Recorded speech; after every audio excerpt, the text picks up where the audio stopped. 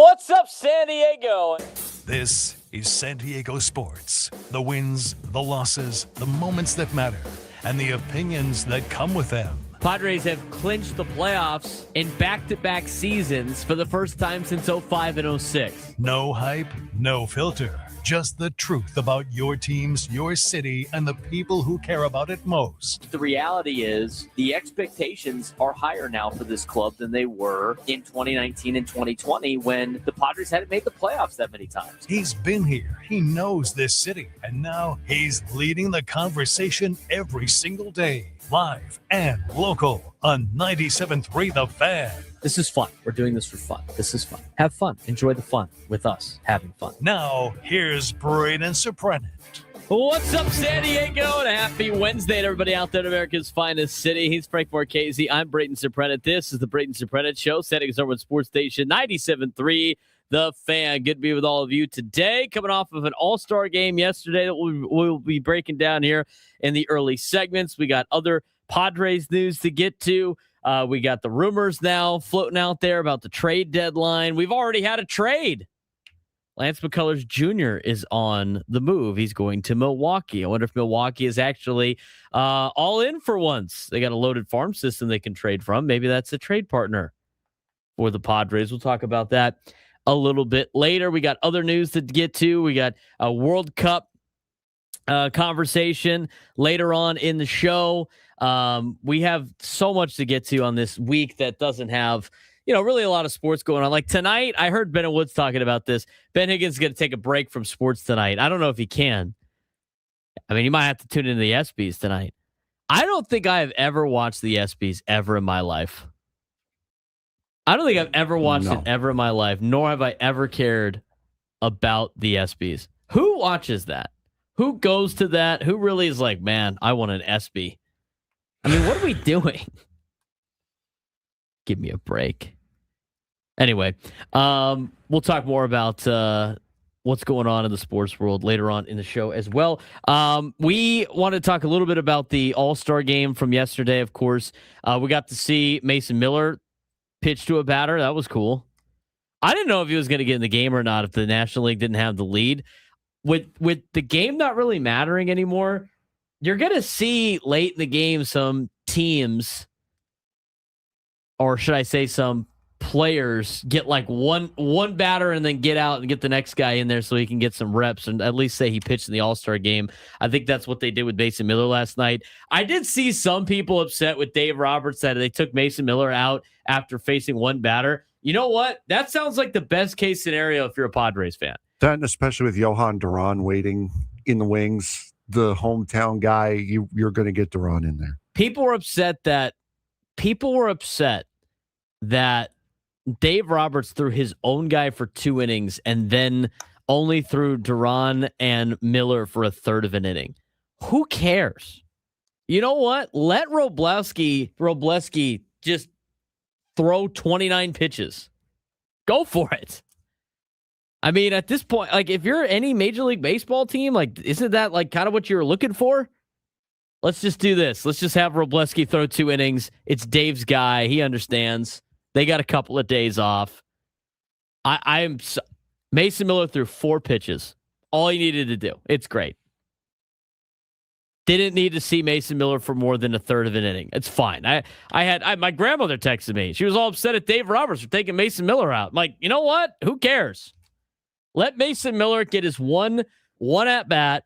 He didn't give up a home run. He didn't give up a knock. He threw 4 pitches, struck the batter out. We're done. We're good. We saw Padre in the All-Star game. Check the box. Let's move on. Let's start talking about the second half of the season. I think I know why. That would have been Robleski's start day, I think, yesterday. Is that what it was? He hasn't pitched since the 7th. Yeah. He threw 7 innings. He threw 7 innings against Colorado. So, yeah, they basically use this as a delayed start day for him. A little bullpen day. I think that's fair. I think that's fine. I mean, I don't.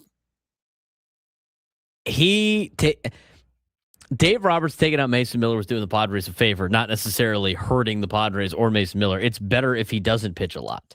I was not surprised, by the way, that Christopher Sanchez yesterday gave up 3 runs the first inning, because the whole time I'm sitting there going like, this team, or like this guy had the long scoreless streak going. He was like untouchable in the first half. There's no surprise that the American League All-Stars hit him around a little bit. That was not a big surprise to me. Not at all. When you look at the stat sheet. I am a little surprised about Dylan Cease. I mean, what a year Dylan Cease has had this year after 2 years here in San Diego where he was okay. I mean, he was good, but he wasn't great. I mean, everybody last year at this time wanted to DFA Dylan Cease. He starts for the American League in the All-Star game, goes 1 inning, 3 punch-outs on 25 pitches. I mean, he has had a great year. And that led into the All-Star game. Saw a lot of different former Padres out there when they were announcing the lineups, when they were announcing both teams. I was like, oh, that's a former Padre. That's a former Padre. That's a former Padre. I mean, if you just look at the American League pitching staff, Dylan Cease, former Padre. Michael Wacha, former Padre. Nick Martinez, former Padre. It does show that as much as people like to give AJ Preller crap for a lot of stuff, he does find a lot of good players. How about the Sandlot tribute last night? Did you see that? That was so cool. Yeah, that was great. That was so cool. I thought they did a pretty good job with the All-Star game all around. The intros were pretty fun. The beginning was cool. The Sandlot tribute, obviously, with this being America's 250th birthday, it was kind of cool to see them reenact the 4th of July scene from the Sandlot. Did you see the some of the comments on them signing the Declaration of Independence at the start of the player intros? I did not. I didn't see the comments. I mean, I did see him do that, though. Rob Manfred, with the heist of the century, getting all the players to sign on for a salary cap next year.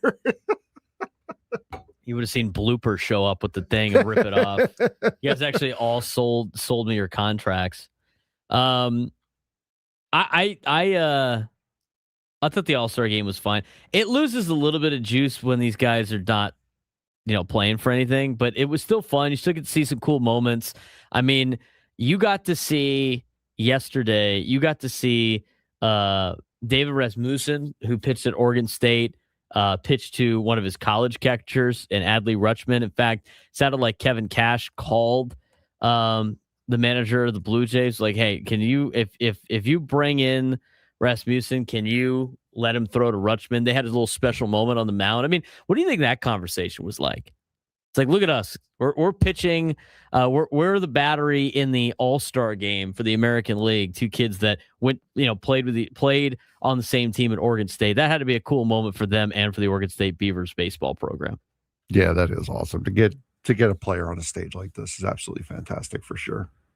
But then for them to pitch to each other, or to have Rasmussen pitch to Rutschman again, I thought that was pretty cool. There's a lot of cool moments in the All-Star game. You get to see these guys as human a little bit more than you normally do on a everyday basis. I mean, the overall game itself wasn't that great. I mean, you had 3 of the 4 runs scored in the first inning, and then zeros across the board. I mean, the National League had 3 hits.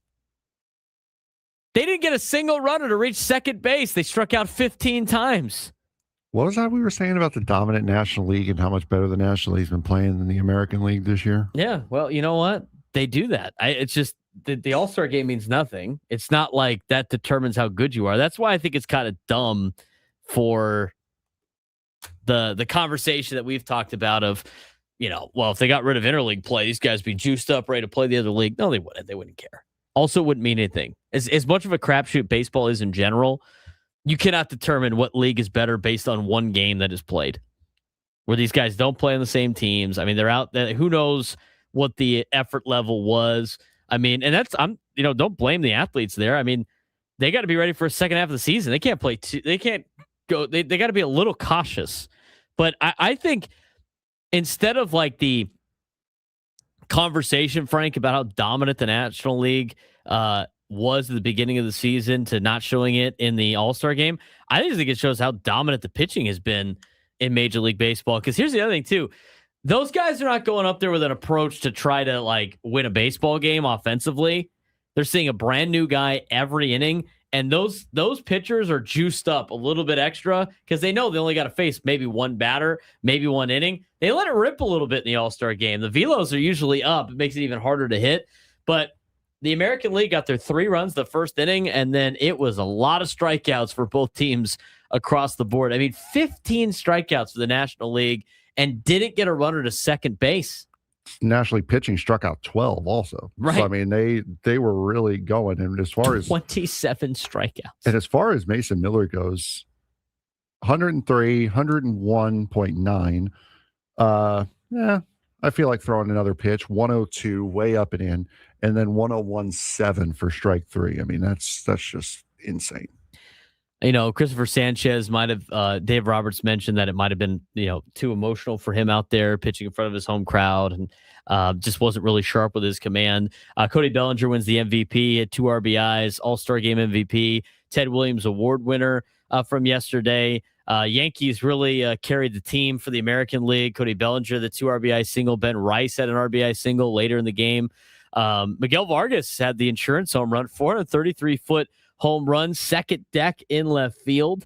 One of the few true highlight reel swings of the night, but it was, pitching completely dominated. We talked about it. 3 hits allowed for the American League pitchers, 15 strikeouts, no runs, no extra base hits, no runner reached second base. Dylan Cease, Joe Ryan, Michael Wacha, Nick Martinez. I mean, they all pitched incredibly well. And Pete Crow Armstrong, after the game, summed it up perfectly. Baseball is an uncomfortable sport as it is. The pitchers are only adding to that with how good they have been. The only problem, the only scare really was Junior Caminero. He was hit on the hand by a 97-mile-an-hour sinker. Initially looked very serious. Fortunately, x-rays are negative, no fracture, which is a huge relief considering he's becoming one of baseball's brightest young stars. And obviously, Major League Baseball wants to keep this going, Frank. They don't need guys getting hurt in the All-Star game and adding more incentive for players not to play, especially for a player that's on a team competing for an American League pennant right now. Yeah, that, and also you mentioned that pitchers have a little extra ampage because they know they're just going out there throwing as hard as they can. So if there's an opportunity for a hand or wrist to get broken on a hit by pitch or a finger, this is certainly the time where it would be. Pitchers are coming in a little bit harder than they would be because pitchers aren't necessarily, quote unquote, caring as much.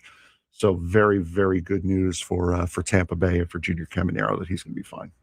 They had a lot of fun highlights. Obviously, I mean, you saw Patti LaBelle perform the national anthem. They did Ray Charles's rendition of "America the Beautiful" for that mid-game firework Sandlot kind of tribute. They did the Stand Up to Cancer tribute.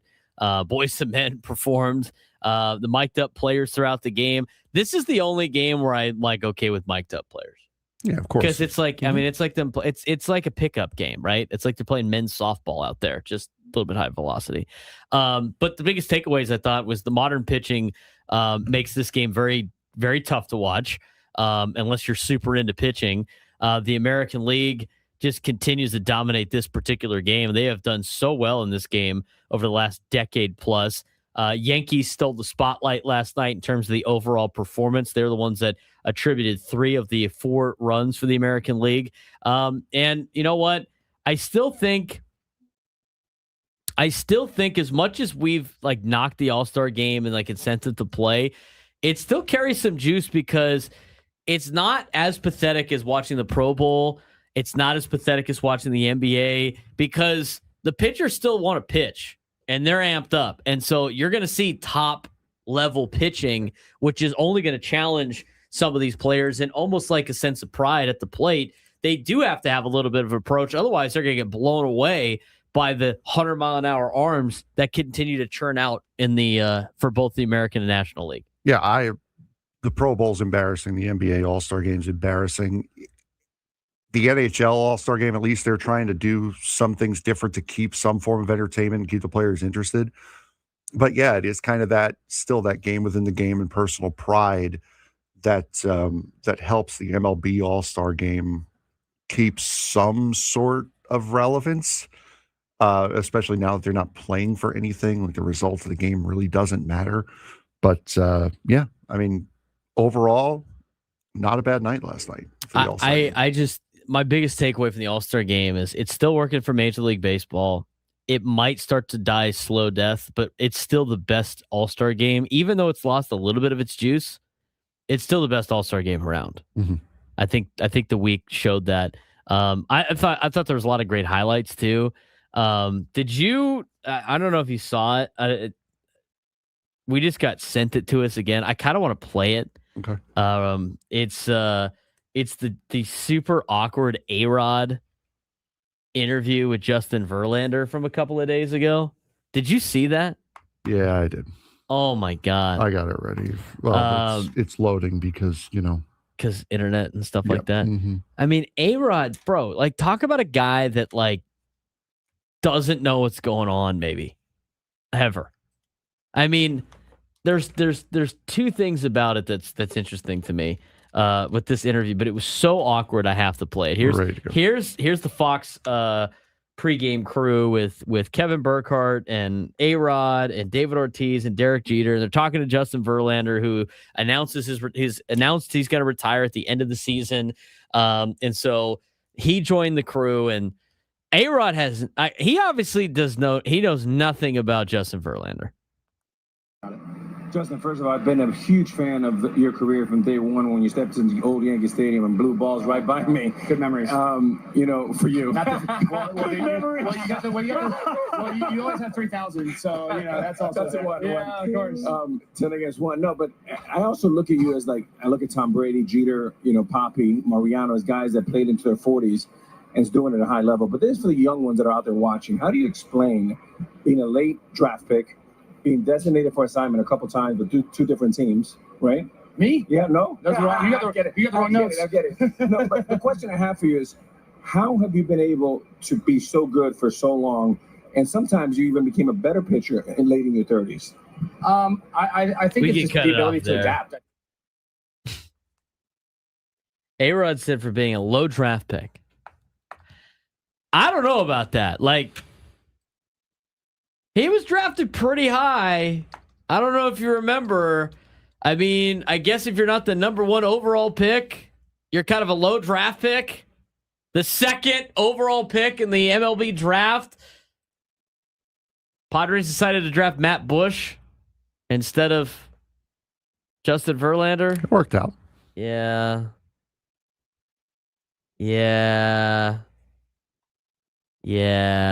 So that was already awesome. And then he said he got DFA'd twice by 2 different teams.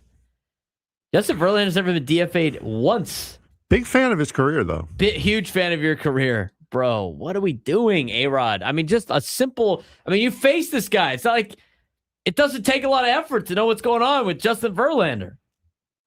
Low draft pick. I wonder who he thought he was talking to. Who is the player that was drafted very low, got DFA'd multiple times, it was an all-star that screwed up A-Rod's production notes? They have a guy in his ear that can talk. Like, no, that's not him. That's not it. Come on, A-Rod. Come on. I want to start a theory. Can we not? Ready for a theory? I think you'll like this theory. Okay. We both know somebody who's on the production crew there. Yeah, we both know this person that knows this guy. Maybe. Just maybe. You think he's telling him false information? No, he slipped a different piece of paper on there. Who knows? Did you do that? Was this your doing? I was here. Hey, you know what, Crumb? We'll stop talking about ketchup on your tacos if you flip the papers for A-Rod. So he sounds like a dope. And it's Frank just this I'm gonna get this ex-Yankee. That's you right now. That sounded kind of like you last night. Well, I told you. Guys, we had Frank got interviewed last night after his race. I told you. You got to hear what he said. I mean, no, I don't. We got to hear what he said. I don't want to play it. We got to get to the recap of what happened to Frank last night, because I got multiple texts from listeners and friends. I agree with Frank. I think there was some dirty racing last night. I told you, different side of me comes out when I'm on. Dirty racing last night. We'll explain when we come back. Seattle Seahawks are about to become the most expensive NFL franchise sale in history. Paul Allen Estate has agreed to sell the team to a group led by the Kolsa family for $9.612 billion. That's billion with a B, a number that would crush the previous record for an NFL franchise. Kolsa is expected to become the first minority woman to ever have sole control of an NFL team, making this a historic ownership change both financially and culturally. Paul Allen's nearly 30-year run transformed Seattle into one of the NFL's strongest organizations, and now the question is whether the new ownership group can continue that winning tradition. NFL isn't just America's most popular sport. It's becoming one of the most valuable businesses in the world as the Seahawks sell for almost $10 billion, $9.6 billion. This is the definition of selling one on top, like selling high. Yep. It's exactly what the Seahawks do after winning a Super Bowl, but obviously a big sale for the franchise. And, you know, I whether or not they win, I think is different because of the fact that this is not like baseball where spending money is going to lead to a championship.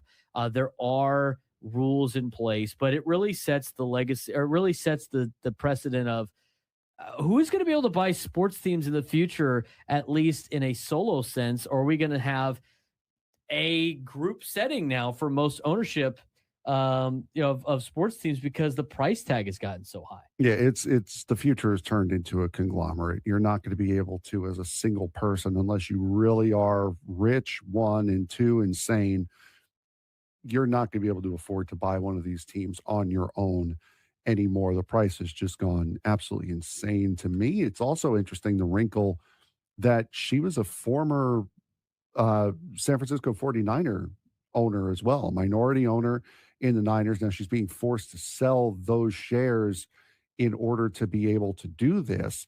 But, you know, to buy another team in the division, that's quite interesting as well. That is interesting, but it's almost to the point of like you want to be able to afford your own team. And you know what? It's like buying and selling stock, right? I mean, that's what you're doing. Yep. You're buying and selling shares of the franchise. And, you know, whatever her shares were initially to buy the Niners have probably gone up themselves in terms of the valuation of the franchise when she sold those and then put them into the Seahawks. And why wouldn't you do that if you had the ability and you had other means of a financial avenue to be a minority owner and turn yourself into a majority owner? I think that's what a lot of minority owners probably would like to do if they like to call the shots and want to run things a certain way. If they just want to collect the check of the, like, being an owner and having like the fun, like there's still a lot of perks without taking as much of a risk. She obviously wants the extra risk. Seahawks finally sell, again, close to $10 billion. But I mean, you look at the stages of this, of the NFL franchise values. Broncos sold for $4.65 billion. The Commanders sold for $6 billion. And now the Seahawks getting close to $10 billion. I mean, how high can NFL franchises values go? If the Jones family didn't want to own the Cowboys, I mean, that is probably a pretty penny to try to buy the Dallas Cowboys in this day and age. It's about 10 to 15 billion, I would have to assume, based off of what the Seahawks are going. So yeah, it is amazing. And especially with the value just of the NFL as a whole, that is only going to make these teams more and more expensive to buy as well. I look at this and you know, from a standpoint of being able to buy franchises, I just think it's probably going to be more. There's two things that can happen. One, it's going to be group effort, or two, you're just going to have the Steve Cohens of the world, or there's somebody that just is super into wanting to be an owner of a professional franchise. And I mean, there's going to be franchises going to be a lot easier to buy in sports. The NFL is going to be the hardest thing in the United States to buy if you're an owner. But I think that leads to, like, you know, there's not going to be these, and we talked about this before the Padres sale went through. There's not a lot of owners anymore that are mom and pop shop owners, if you will, where that is their sole income and they cut corner, or they do everything they need to do to try to, make that as profitable as possible, because if they don't make any money. That's the type of owner you want, the one that this is just kind of a toy. And so for Seattle, we'll see what happens with this. I don't think anything really changes, though, when it comes to the organizations, the NFL. Like when you have, at least in this day and age, I mean, with the salary cap and everything like that, unless You're getting a Spanos family to buy, which they would never be able to afford teams like this in this day and age. I mean, ownership groups aren't changing anything that crazy when it comes to money because everything's relatively the same with the salary cap. If they decide to call the shots and they're not good football people, then yeah, that could have a catastrophic effect on how teams are run. I think you see that more with families that run teams that have had them for generations, though, more so than new ownership groups. New ownership groups usually lead to more success. I think you're starting to see that with Washington a little bit. I know they had a setback last year, but things seem to be trending in the right direction. The Broncos, of course, have been good over the Fan. We are broadcasting live for the Bill House Studios. We know how. All of our guests join us on the SDCCU Fan Hotline. It's not Big Bang Banking. It's better. Got a lot of guests planned for tomorrow. Tomorrow should be a fun show. Roundtable back tomorrow as well. Getting ready for second half of the season. Okay. You know, Wednesdays for Frank are a little bit different than most people. He's coming off of his Tuesday nights league night. He doesn't play softball. It's not a bowling league. He does an iRacing league where he has the Truck Series on Tuesdays and then the O'Reilly Series on Thursdays. Am I correct on that? You are. Okay. I didn't know how big of a production this was. Yeah. No, they get pretty good. There's some a play-by-play guy. Mm-hmm. There's I don't know, is there an analyst too? Yeah. Mm-hmm. Yeah. Go Aztecs watched some of the race last night. Nikki P was watching some of the race. And you know what? Before we get to your post-game interview, I got to say, I thought there was some foul play in some of the race yesterday. I thought there was. I know you don't really want to, you might get fined if you speak too highly of it, but what happened in last night's race? Where'd you finish? Well, how was the race going? I know Bristol's not a place that you like racing at, but what was the update? It was fine, actually. The car felt really weird at the start, but then it normaled out and turned into normal old Bristol after that. Started in the back because I messed up my qualifying. Nice. And then rallied back to finish third. So avoided most of the mayhem and rallied back to finish third. Championship race next week. I am second place in points, 8 points back. Had a little bit of controversy, though. A little bit. You got hit in the back a little bit? I did. Yeah, twice. Mm-hmm. By two different cars. Now, one of them's a rival? Yep. The one who passed me at the end is the guy who's leading the points. Has he raced like this before? Were you expecting something like this? No.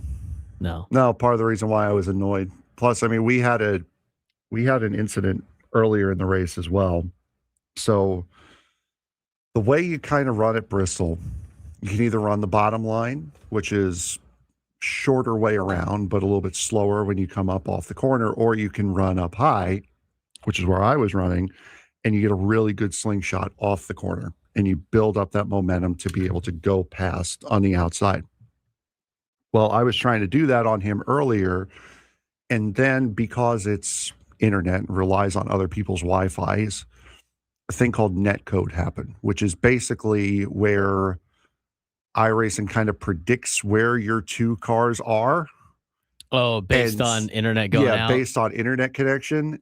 Yeah, so it's not like MLB The Show, right, where you're playing and there's like a little bit of a glitch and it's like, all right, well, that's a ball. Yeah. You're in the middle of like driving a car over 100 miles an hour and you're trying to keep it. You can't have that thing glitch and have you go into the wall unfairly on a Wi-Fi issue. Yeah, exactly. So that's what happened. Internet iRacing determined that our cars hit and they didn't. So that was the incident earlier. That was the incident earlier. Then I had some fun with his teammates after that, which was... You're on a team? Yeah. Trash Panda Autosport. Oh, wow. Mm-hmm. How many are you allowed to have on a team? We have, I think, total between all of us, I think there's 9 people on our team, but there was only like 2. There was only me and one other person in that race. Oh, so you could just be in different races. Yeah. Sometimes you can be in the same race. Do you get a schedule or do they just like randomly assign you? Yep. Oh, interesting. So it's had to run ins with his teammates. And then late in the race, I knew I wasn't good enough to finish second. If he was coming up, I was going to need some sort of help to be able to stay in front of him. I knew he was faster. I knew he was going to pass me. 10 to go, coming off of turn 4, a lap car slowed me up, brought him right up to me. Great. He hits me in the middle of 1 and 2, doesn't do much of anything.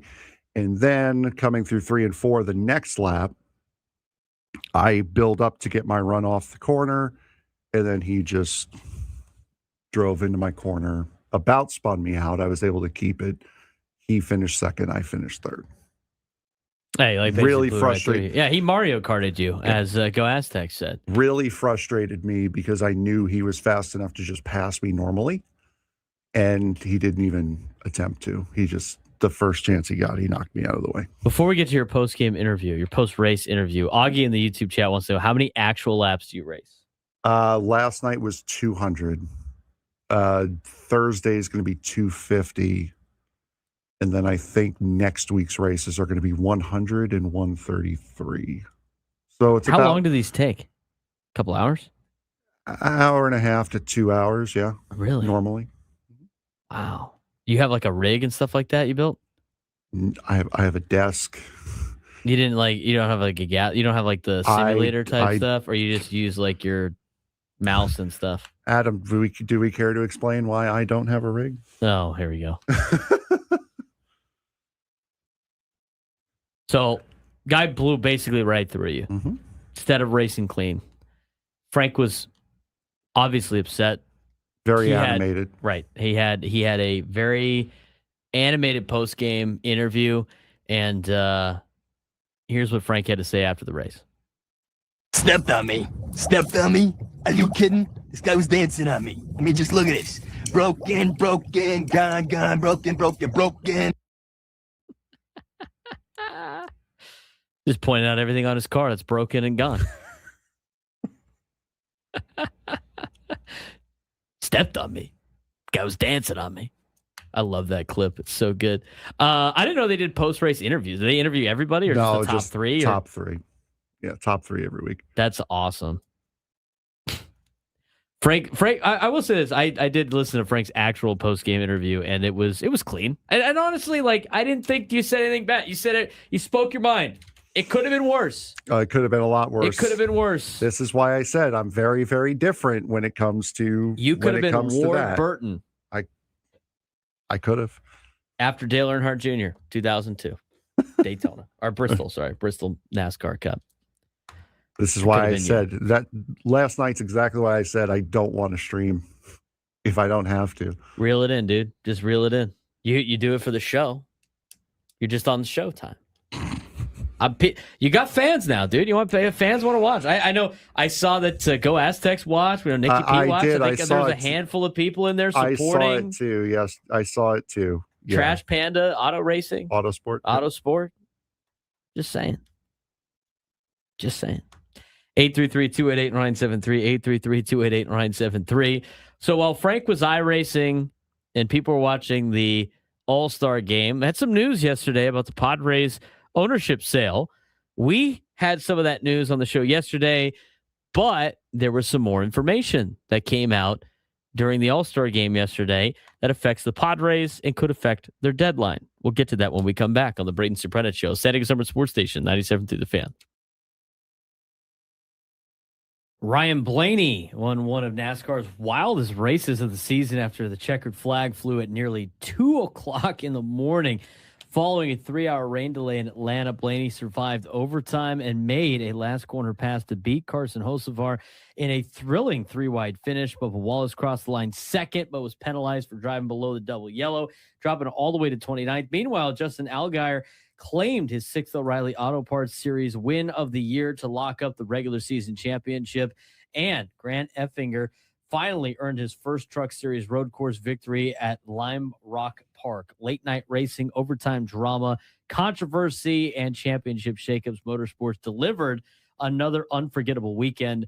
But we start with Ryan Blaney, who won all 3 stages. His car was really dominant. He did get hit a little bit in the final stage where he thought, oh, maybe it might lose a little bit of speed on the car, but he ended up dominating the entire race. He led 171 laps and locked in a pretty impressive victory, especially with the way last night's race finished. No, it was. It was a fantastic race. And Atlanta has changed quite a bit from what it was a couple of years ago, where it was just purely drafting. It was 3 wide constantly, couldn't really move.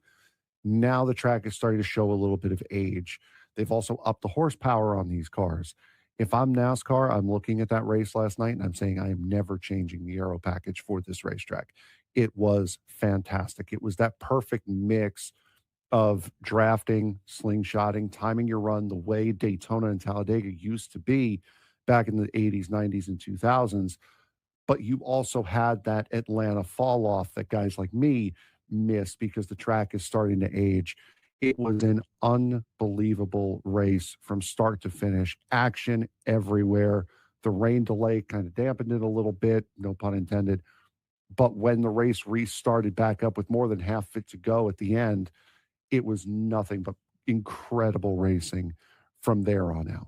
30 lead changes, 7 cautions, 3-hour rain delay, finished after 1:45 in the morning. I mean, Ryan Blaney took a nap in between. Dale Earnhardt Jr. on the broadcast was like, I would have crushed 6 Red Bulls. I probably would have taken a nap. I think that probably does a little bit better for the athlete than just continuing to crush Red Bulls. But Toyota continues to dominate the Cup Series. I mean, 1 week earlier at Chicagoland, it was Chase Briscoe that gave Joe Gibbs Racing another victory. I mean, Ty Gibbs was leading a lot of the race, the laps there late in Atlanta yesterday as well. But Toyota continues to separate themselves from Chevy and Ford. And I know Blaney drives a Ford, but I mean, it's been tough for both Ford and Chevy. Toyota's got their model down for their race car right now, and it's across the board with Joe Gibbs Racing and 2311. I mean, the Toyota cars are doing extremely well. Yeah, Christopher Bell, I don't know if you heard this story on the broadcast or not, but Christopher Bell, they had to recast his wrist. So what they did was, instead of just taping up his hand and recasting it, he actually had him recast it around the wheel. So like he had his hand on the wheel and then recasted it that way, which is just absolutely insane.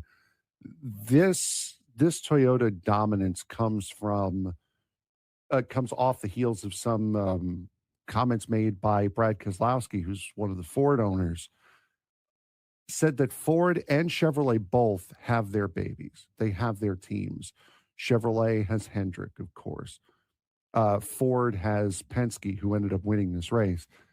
Toyota and TRD and Toyota Racing Development don't do that. They treat all of their teams equally, and that's why you see Gibbs, 2311, and Legacy all performing very, very well, performing equally, are constantly up in the fight inside the top 10 and top 15. Chevrolet doesn't do that. And right now, Spire has been the best Chevrolet team so far this season, even though Hendrick is the one that's getting all of the Chevrolet stuff first and should theoretically be up there. So what Toyota, this business model for Toyota, give everyone equal opportunity, give everyone equal stuff, and then allow the teams to work the way they do, that has really paid off in spades for Toyota this season.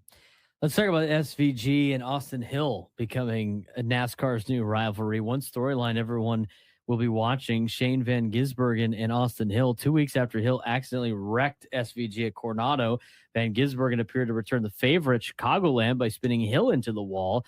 And Hill immediately accused SVG of intentional retaliation. SVG denied it. NASCAR reviewing the incident, and possible penalties remain on the table. Rivalry doesn't appear to be cooling off anytime soon. But that was fun too. A couple of weeks ago between SVG and Austin Hill. Do we think this is personal, or do you think it's kind of accidental? This is rivalry week, because you had the continuation, at least from SVG's side, the end of this thing with Austin Hill, and you also had all this stuff with Carson Hocevar and Zane Smith going at each other over the course of the week. So this was definitely rivalry week going into Atlanta, and Hocevar perpetrating more during the race with Zane Smith. But I don't see Austin Hill and SVG going much further.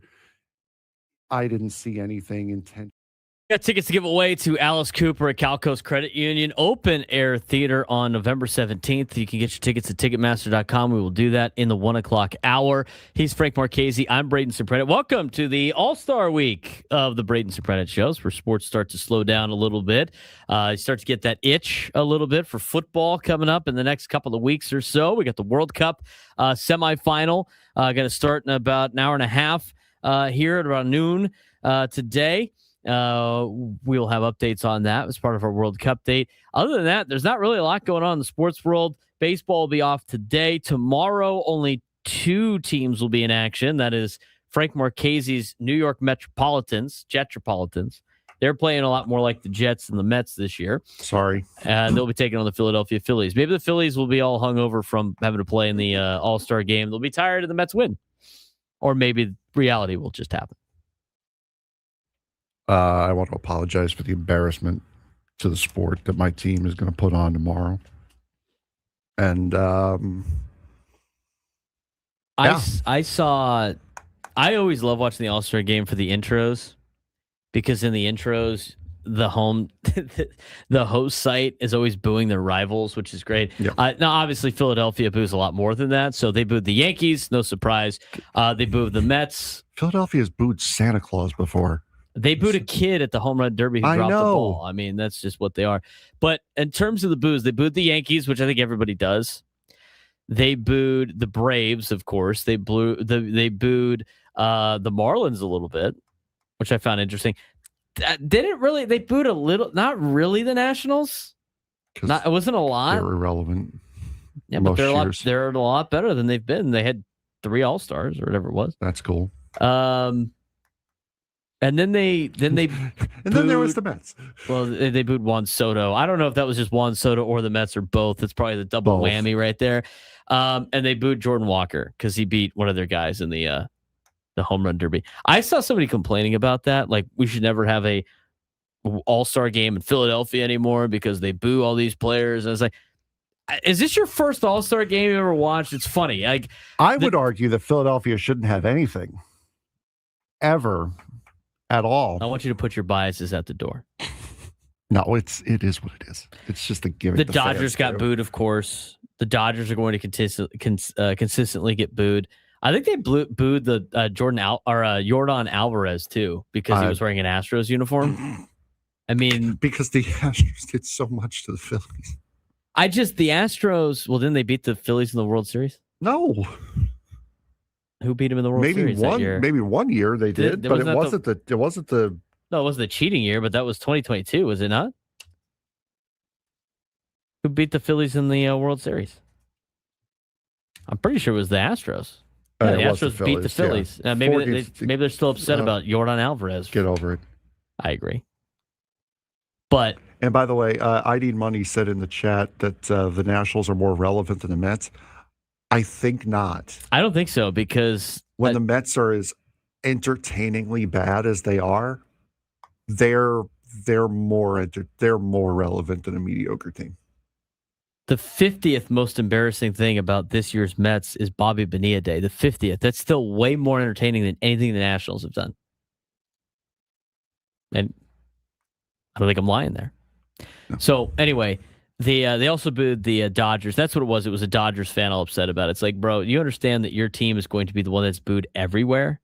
There's 2 teams that are going to get booed everywhere. There used to be 3. I don't think as many people are that held up on the Astros anymore, especially since most of those players on different teams now. It's been so long ago. They have won a World Series after that.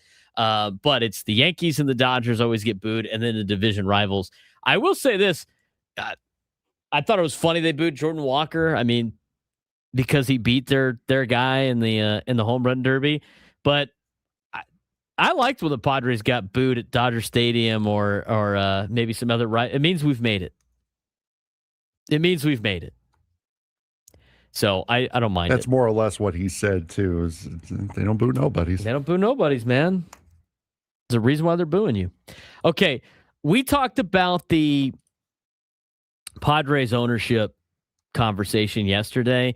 and immediately people are freaking out, thinking it's like a conspiracy against the Padres to make sure that their owners are not approved and all this other stuff. It's like, if you want to think like that, fine. But this is something that takes a long time.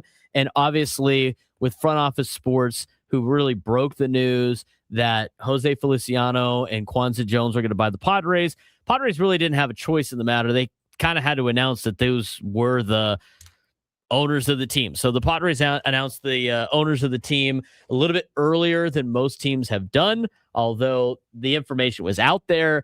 It's not like it was wrong. People already knew about it. So they announced it before they had to, dot their I's and cross their T's and all that other stuff. So that's kind of what the process is right now. I mean, Major League Baseball says it's waiting on paperwork. I mean, Rob Manfred attempted to calm speculation surrounding the delay. He said investment commitments need to be finalized. And it's not just Jose Feliciano and Kwanzaa Jones. It's like all of their minority owner groups as well. Like they're going to have 40 to 42% of the team. They still have to fill in all the other 60 something percent. And that all needs to be accounted for. Yes, there's going to be some owners that were part of the last ownership group. Yes, there's going to be some members of the Seidler family that are still going to own some of the San Diego Padres. They had to, they have to go get some more, minority owners in there to maybe buy some stock in the team, if you will, but they have to account for the whole 100% pie, which is obviously paperwork, documentation, all that stuff. According to people familiar with the sale, final documentation is expected this week. Padres expect approval within the next several weeks. It doesn't sound like they're going to have the team passed on to the new ownership group before the trade deadline, so we'll get to that in a second. But the real reason why it's taking longer than expected, the biggest issue is the ownership structure, not the financing. So Major League Baseball has a very specific rule regarding private equity. A lot of teams now are owned by private equity holders, and private equity ownership cannot exceed 30% of a franchise, which creates complications because Jose Feliciano founded Clear Lake Capital, which is private equity. Feliciano and Jones are expected, though, to personally own roughly 40 to 42%. So a stake away from the private equity group, but other minority investors are still being finalized, and other minority investors could be using, private equity. There could be private equity accounts in there as well. So that all needs to be hashed out. Essentially, Major League Baseball wants every dollar and every ownership percentage accounted for before approving the sale, which to me, Frank, makes a lot of sense. That doesn't just happen in like 3 days. No, it doesn't, especially when the ownership, it's a conglomerate. It's a big group. There's people that get things later than other people. As you learn, going to major events, one person tells you one thing, another person tells you something else because the memo didn't get passed along to everybody. So it just kind of is what it is right now. It sounds like that the vote's going to happen after the trade deadline. So that's going to be interesting how the Padres now handle the trade deadline as far as being able to take on money and what AJ Preller's limitations are. But other than that, I mean, we said yesterday that the Padres kind of did everything out of order with this as far as how they announced it, when they announced it, and how early in the ownership transition process that everything was announced. But it's everything on the timeline is moving as it should. Nothing is really delayed. It was just kind of done out of order, which happens. Just as somebody that has like gone through the process of trying to buy a house, and like the amount of stuff you need to buy a house, which is like, let's just say less than $1 million.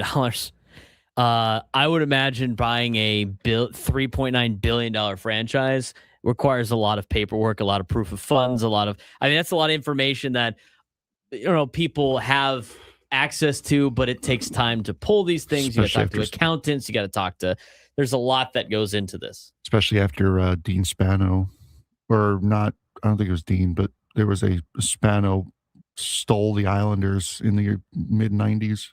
Nice. You haven't seen that ESPN 30 for 30? I don't watch a lot of 30 for 30s, but there was a guy who the Islanders were up for sale.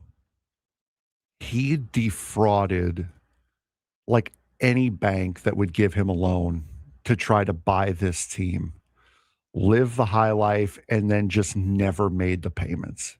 And then all of this stuff came out about how he defrauded banks in Dallas and this, that, and the other, and the original owners ended up getting the team back before selling it to Charles Wong, I think, is who ended up buying it after that. But yeah, after Spano stole the Islanders is when a lot of the really rigorous checks and balances on new ownership started to really take place all throughout sports. So Jose Feliciano and Kwanzaa Jones will combine and own 40 to 42% of the team. The remaining ownership will be existing minority owners. There'll be some of the existing owners, new minority investors, possible private equity participants within league rules, but everything must fit MLB's ownership regulations. The other thing that came out in this article by Dennis Lin was the fact that a couple of new names have popped up. Former Lakers executives Joey Buss and Jesse Buss could become minority Padre owners. They're the sons of the Buss family, who still own the Lakers. Recently dismissed by the Lakers after Mark Walter, who's part of the Dodgers ownership group, purchased the Lakers, and they're looking to invest elsewhere. So it would create another notable Southern California ownership connection. But that's like, I know like Jeannie Buss had a problem like that she's the one that kind of hosed her brothers in this particular sense, but there's a lot of interesting connection between the Padres and the Dodgers on this sale. The situation with Chelsea and the rumor that maybe Jose Feliciano does not agree with the Dodger ownership group that owns Chelsea, mixed with the Buss sons now. And I don't know, who knows if it's like that. Maybe they're just looking to buy something. But I just find the Buss brothers, who the Dodgers buy the Lakers, and they're the first two that get axed out of the Lakers, and now they want to buy part of the Padres. I mean, it's interesting. I wouldn't read anything into that. I think it's Feliciano was the money at Chelsea. The Dodger owner was the decision maker. Feliciano wanted to do his own thing. And then I can see why it would make business sense when a new owner comes in. You kind of axe much of the old regime to kind of set yourself and set your way of doing things up. So I wouldn't read too much. There's a lot of connections there, Frank. Saying. There are connections. There are definitely connections there. You can't deny that, but I don't think it's anything worth looking into. I can hear the conspiracy starting now. Yes, you are doing a very good job of starting. I'm setting it up for the Scraby show, whatever that is. Is that today? Are they doing that today? I don't know. I never know the alternate programming that they always put on. But you know what? It adds to the rivalry. But it's not a rivalry. According to them, apparently. Trade deadline won't change, they said. So you asked the question of like, how does this affect the trade deadline? The biggest baseball takeaway out of this was, despite the sale not being approved, John Seidler said business as usual. I don't know what that means exactly. Are we talking like Peter Seidler, business as usual, where they're just spending a touch of money? Or are they like business as usual in terms of like what they've done the last couple of years? I mean, they make it sound like AJ Preller can pursue trades and payroll flexibility still exists. Ownership transition won't freeze baseball operations, but industry sources believe the pending ownership group has already been communicating with the Padres executives about potential payroll additions, which is encouraging signs for Padres fans, hoping they buy at the deadline. Maybe they'll have more payroll to deal with. So originally they were expecting a vote in June. Then it went to mid-July. Now likely after the August 3rd trade deadline. Is it bad news? Not really. Both sides disagree slightly on why the delay exists. Major League Baseball says it's documentation that still needs to be completed from the new Padre buyers. if you will. Documentation has been largely submitted, is what they said. So only a few minority investor positions remain to be finalized. That's why you have the Bus brothers get mentioned in this particular field. So that disagreement suggests this is more administrative than controversial. I think Major League Baseball needs all of the paperwork in, and it sounds like the Padres new ownership group that is spending money or like buying the team has sent in most of, and so it's just kind of a waiting for everything to be finalized. And if you want to see, the guy's name was John Spano. It's a ESPN 30 for 30 called Big Shot. Not related to the Spanos. No, that's Spanos. This is Spano. John Spano. Seems to be kind of the same type of rep here. Sounds like. No, this was just straight up bank fraud. When we come back, as we start the second hour, we'll talk more about the other side of the All-Star break, and that is the labor negotiations. That was a spotlight to talk about.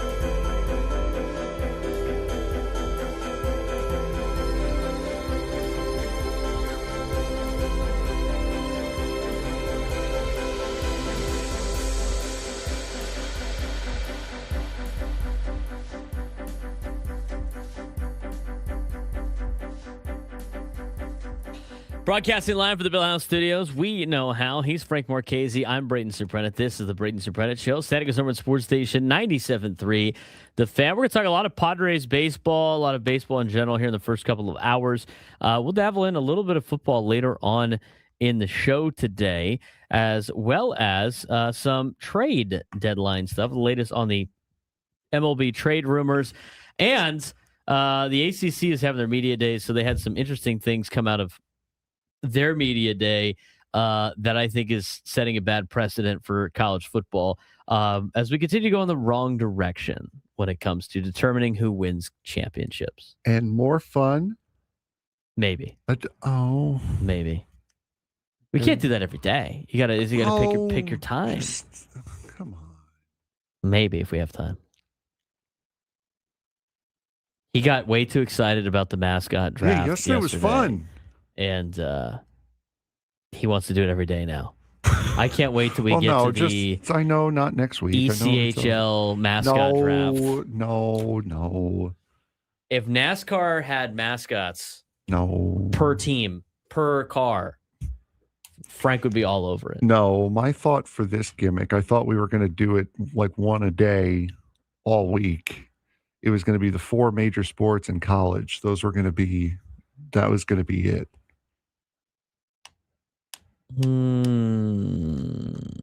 Maybe.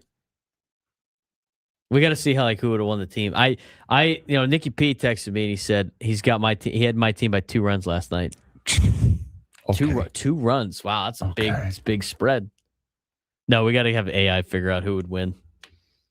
We'll just keep doing it until my team wins on the AI breakdown.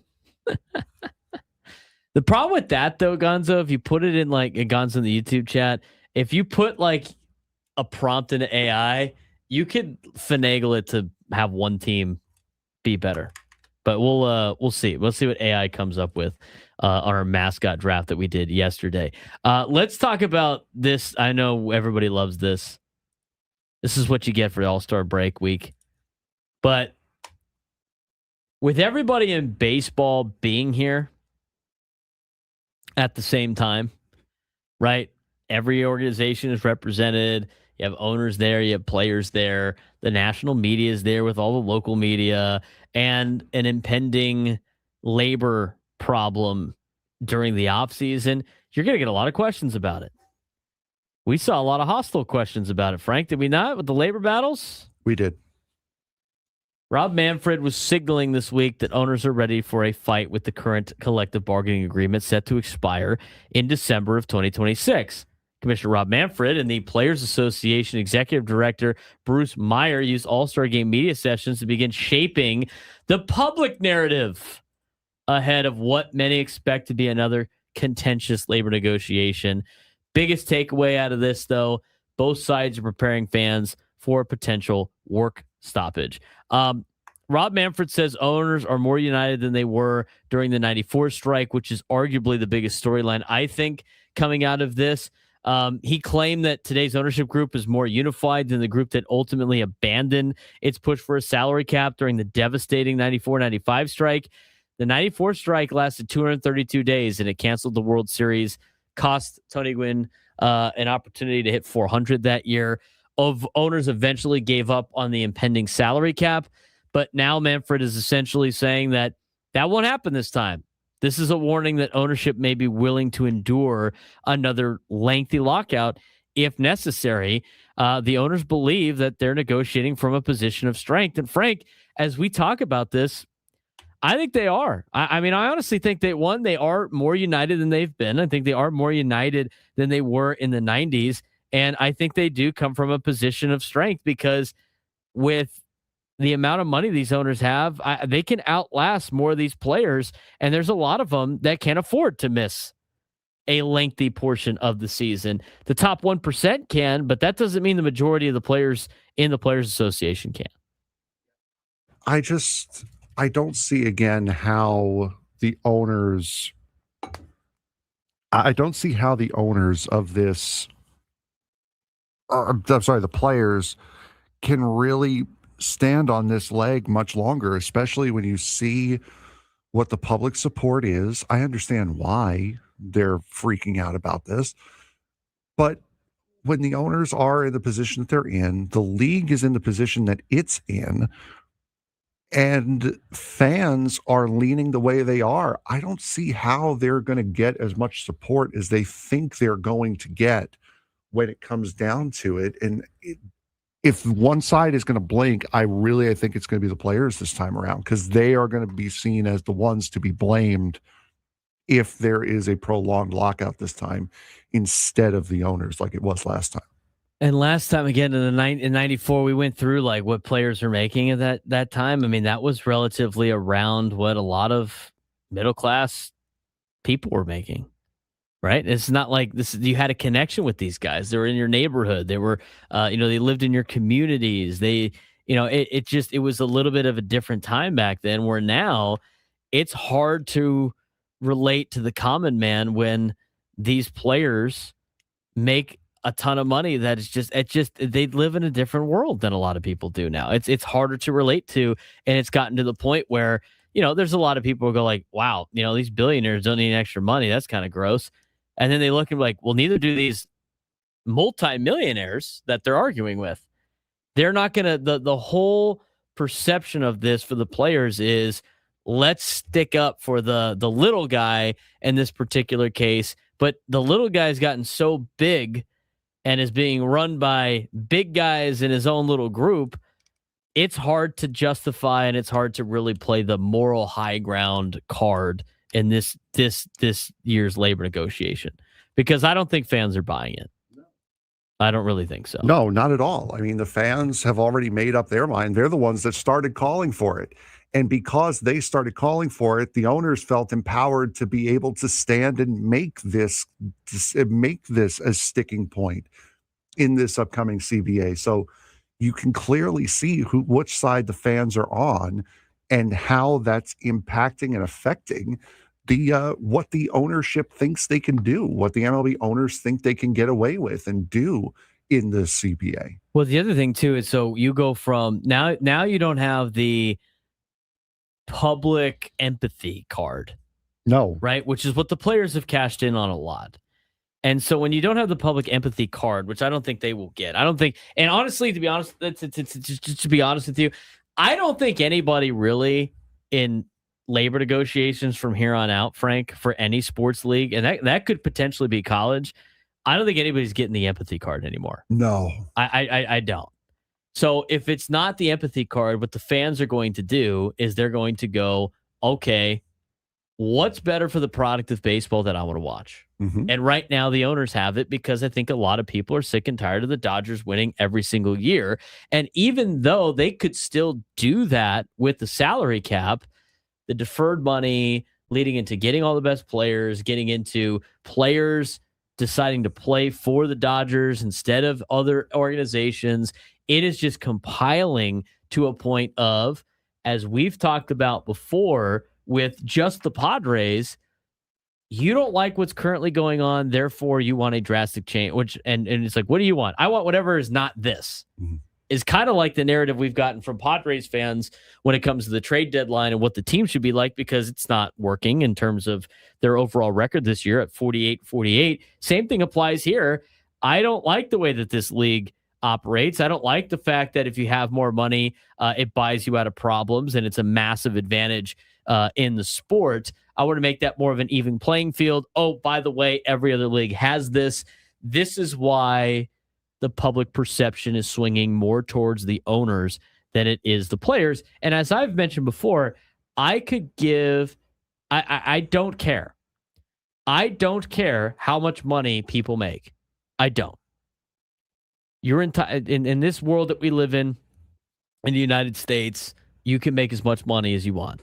That's just the way that we are set up. You could go out if you want to take a risk and you want to do everything yourself, and you want to, you have the opportunity to do that, and you will get paid what somebody's willing to pay you. Same thing with a lot of things. And so from that perspective, I don't care. I mean, the players can make billions. They can make the minimum salary $1 billion for every player. I don't care. It doesn't affect my life. I don't get envious of baseball players who make a ton of money. They're in an industry that is very popular. It gets a lot of money. They get paid a lot of money. That's fine. Same thing with the owners. It's all businesses. What I care about is I want to watch the best product of baseball I possibly can as somebody that's a baseball fan, and a salary cap to me is pushing it in the direction that I want to watch. And so therefore, that's the side I'm kind of on right now. And I think that's the side of a lot of fans in baseball of they don't want to see the game go away. They're starting to get some momentum, and they're tired of seeing the Dodgers buy all the best players in the league. And so I think a lot of fans do want a salary cap, which is once again the elephant in the room. And the players right now are not necessarily, their arguments against it are not winning the fans over. No, and they're incredibly weak. They're very top heavy. And when I say top heavy, I mean they favor the guys who are at the top. They don't really favor everyone throughout Major League Baseball. There are things that they should be doing, like raising league minimum. That's good. We don't mind the changes to the arbitration stuff, like knocking arbitration down a year or getting out of arbitration when you hit age 30. We're definitely for like the middle class to poorer class of the players themselves. 100%. Yeah, so that's which is still making generational, which is still making a lot of money, but especially still, if it's done right. Right. Our biggest thing right now is, as it says on the bottom line, we know that there are still going to be dynasties and there are still going to be bottom dwellers. We know the Rockies are still going to be the Rockies. We know the Dodgers are still going to be the Dodgers, but we want it to be because they're smart with how they spend what limited money they can, instead of just having that monetary advantage, and also being able to spread stars out throughout the league. So this way, most of the league is going to be able to have that big major star player come up, and also have these young stars that you develop be able to stay. Because we know Paul Skeens, Bubba Chandler, what's the other guy's name that's coming out of Pittsburgh? Connor Griffin or something like that? No, the other pitcher. Oh, I don't remember. There's another young pitcher. Those guys have no shot at staying with Pittsburgh. No shot. Once their arbitration runs out, they're gone because they're going to be taking as much money. With a salary cap system and being able to cap how much money other teams are going to be able to spend, it does make it more likely that players will stay with their teams that they start out with, especially if you give them incentive to. Yeah. Seth Hernandez, thank you. Manfred stopped, short of saying we're demanding a salary cap, but he came closer than he ever has to it. And his argument is just because players oppose it doesn't mean owners shouldn't pursue it.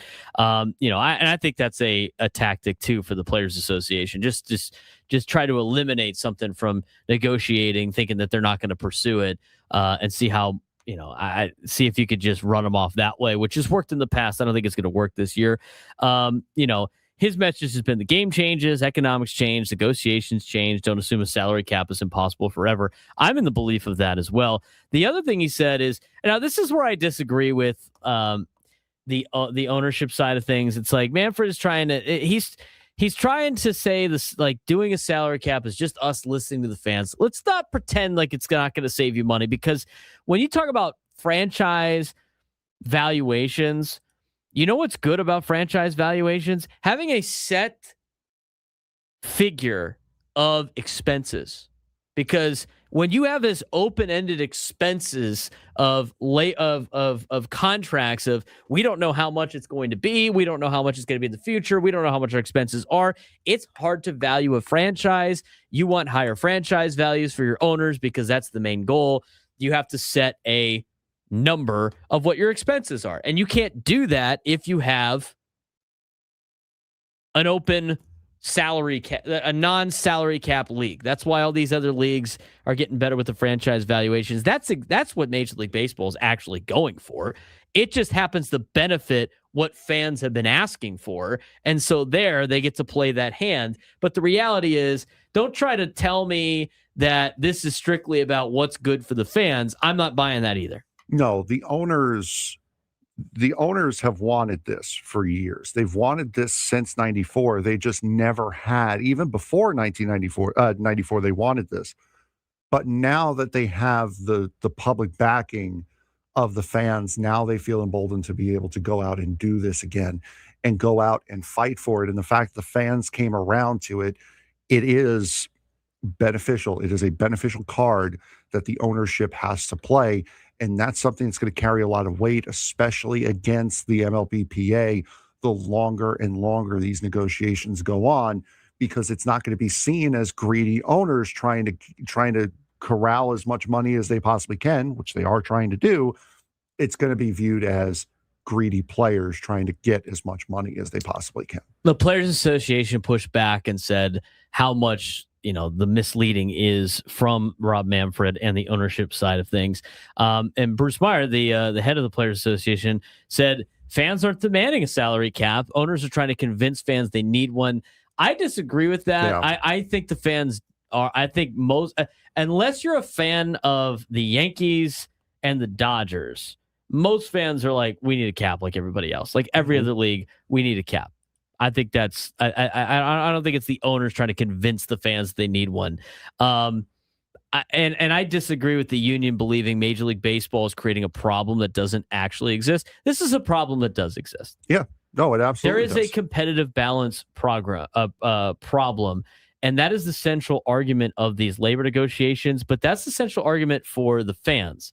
Major League Baseball's ownership side is using that to try to get what they actually want. And you know what? I don't really care. I don't really care if they make more money. I don't. I've already said that before. I don't care if either side makes more money. I want to see an even playing field in terms of the rules for the game. And if this is what needs to happen to make that happen, sounds good. I don't really care if billionaires make more money. It doesn't offend me. It doesn't affect my life. I don't understand that side of thing. But like the sport is financially uneven. Small markets can't realistically compete. Even I'm going to throw the Padres in there. The Padres have spent a ton of money, right? They've spent a ton of money. It hasn't really worked out in terms of like where they're at. But here's the other thing too. They're like overspending their means in terms of like they ran into debt and they have all these other expenses. But on the other side of, they've spent to the point where they can't buy their way out of problems like the big markets can. So when a small market team tries to compete like the big boys, Frank, they put themselves in this relatively luxury tax hell where not only do they lose draft picks because of their spending, not only have to pay all this money in taxes, but everything's kind of set against small market teams acting like a big market. So even if all these other organizations followed what the Padres are doing, they wouldn't be able to sustain it for a long period of time. And that's where the problem lies. And that's why this needs to change. The Royals still haven't recovered from their run in the mid-2010s. They're still trying to financially recover from that little run. It's unbelievable. It is. I mean, I just this is what needs to happen to make it, I think, more competitive. And the other thing too, it's every other league does it. It's not like they're asking something that has never been done before and it's terrible. And they're giving out like, I know some of the max contracts that are on there, I guess, would hamper you a little bit. But the reality of the situation is as much as the owners are using this to make more money, the players are using the counter argument of this to be like, I want to make as much money as possible and live wherever I want and be surrounded by talent, which doesn't work in the sports world, Frank. No, it doesn't work in the sports world. Nope. You're seeing that right now in college athletics. No, it's unbelievable. It really is. 833-288-0973, 833-288-0973. We got a lot of guys on hold that want to join the show. We'll get to those phone calls when we come back on the Braden Surprenant Show. San Diego Urban Sports Station 97 through the Fan.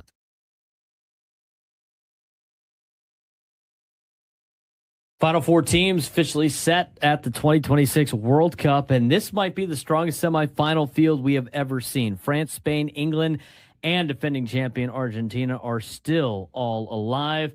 Jude Bellingham is becoming England's superstar after another match-winning performance against Norway. Mbappe continues to look unstoppable for France. Spain has allowed just one goal the entire tournament. And Lionel Messi, well, he's chasing another World Cup final at 39 years old. Now it's France versus Spain and England versus Argentina. Mbappe, Messi, Bellingham, Yamal, 4 global powers, 4 superstar storylines, and just 2 games left before the World Cup final. If the first 100 matches were this good, these semifinals could be unforgettable. After 100 matches, the 2026 FIFA World Cup is down to its final 4, and it's hard to argue the biggest powers in the world of football haven't earned their place. Yep. Spain, France, England, and Argentina all headed to the semifinal after surviving an incredible quarterfinal round that featured superstar performances, dramatic extra time finishes, and yet another unforgettable chapter in what is becoming one of the greatest World Cups ever played. So it'll be France versus Spain, England versus Argentina. It is going to be phenomenal. Let's talk about Jude Bellingham. He continues his rise. You got to say it. You got to say it in the proper British term. Jude Bellingham. Bellingham. There you go. If there has been one player stealing headlines over the past week, it's England's Bellingham. Fresh off of helping England survive Mexico in one of the tournament's greatest matches, he delivered again against Norway. England struggled for long stretches, but once again, their young superstar took over when it mattered most, scoring twice, including extra time winner to eliminate Holland and Norway. Conversation before this tournament centered around Harry Kane. Now, many believe Bellingham has become England's most important player. Yeah, Bellingham has really stepped up into this role, and it's right. You were right to mention that Harry Kane was the guy. Harry Kane has been the face of the England squad for a while now, and Bellingham really has stepped up in a massive, massive way to help make this team look a lot more dangerous going through this tournament. Let's talk about France.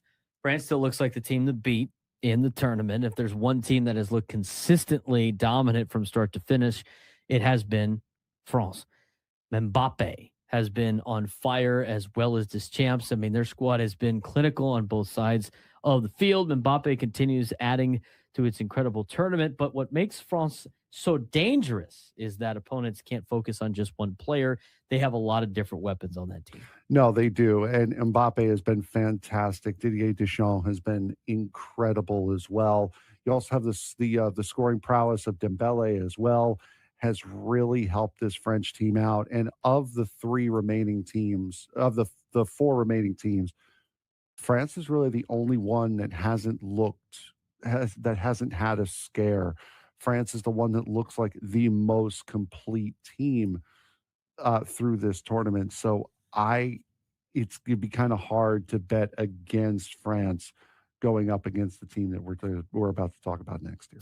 Yeah, Spain. I mean, their formula is working. They have not been beaten in 36 now. Yeah, I believe it's 36. 36 straight matches. That doesn't mean they've won all of them, but they haven't been beaten in all of them. And they may not be grabbing the headlines the same way as France and England, but they continue to win and they continue to advance. And they have overcome what was a scary start to the World Cup after they took a scoreless draw against Cape Verde.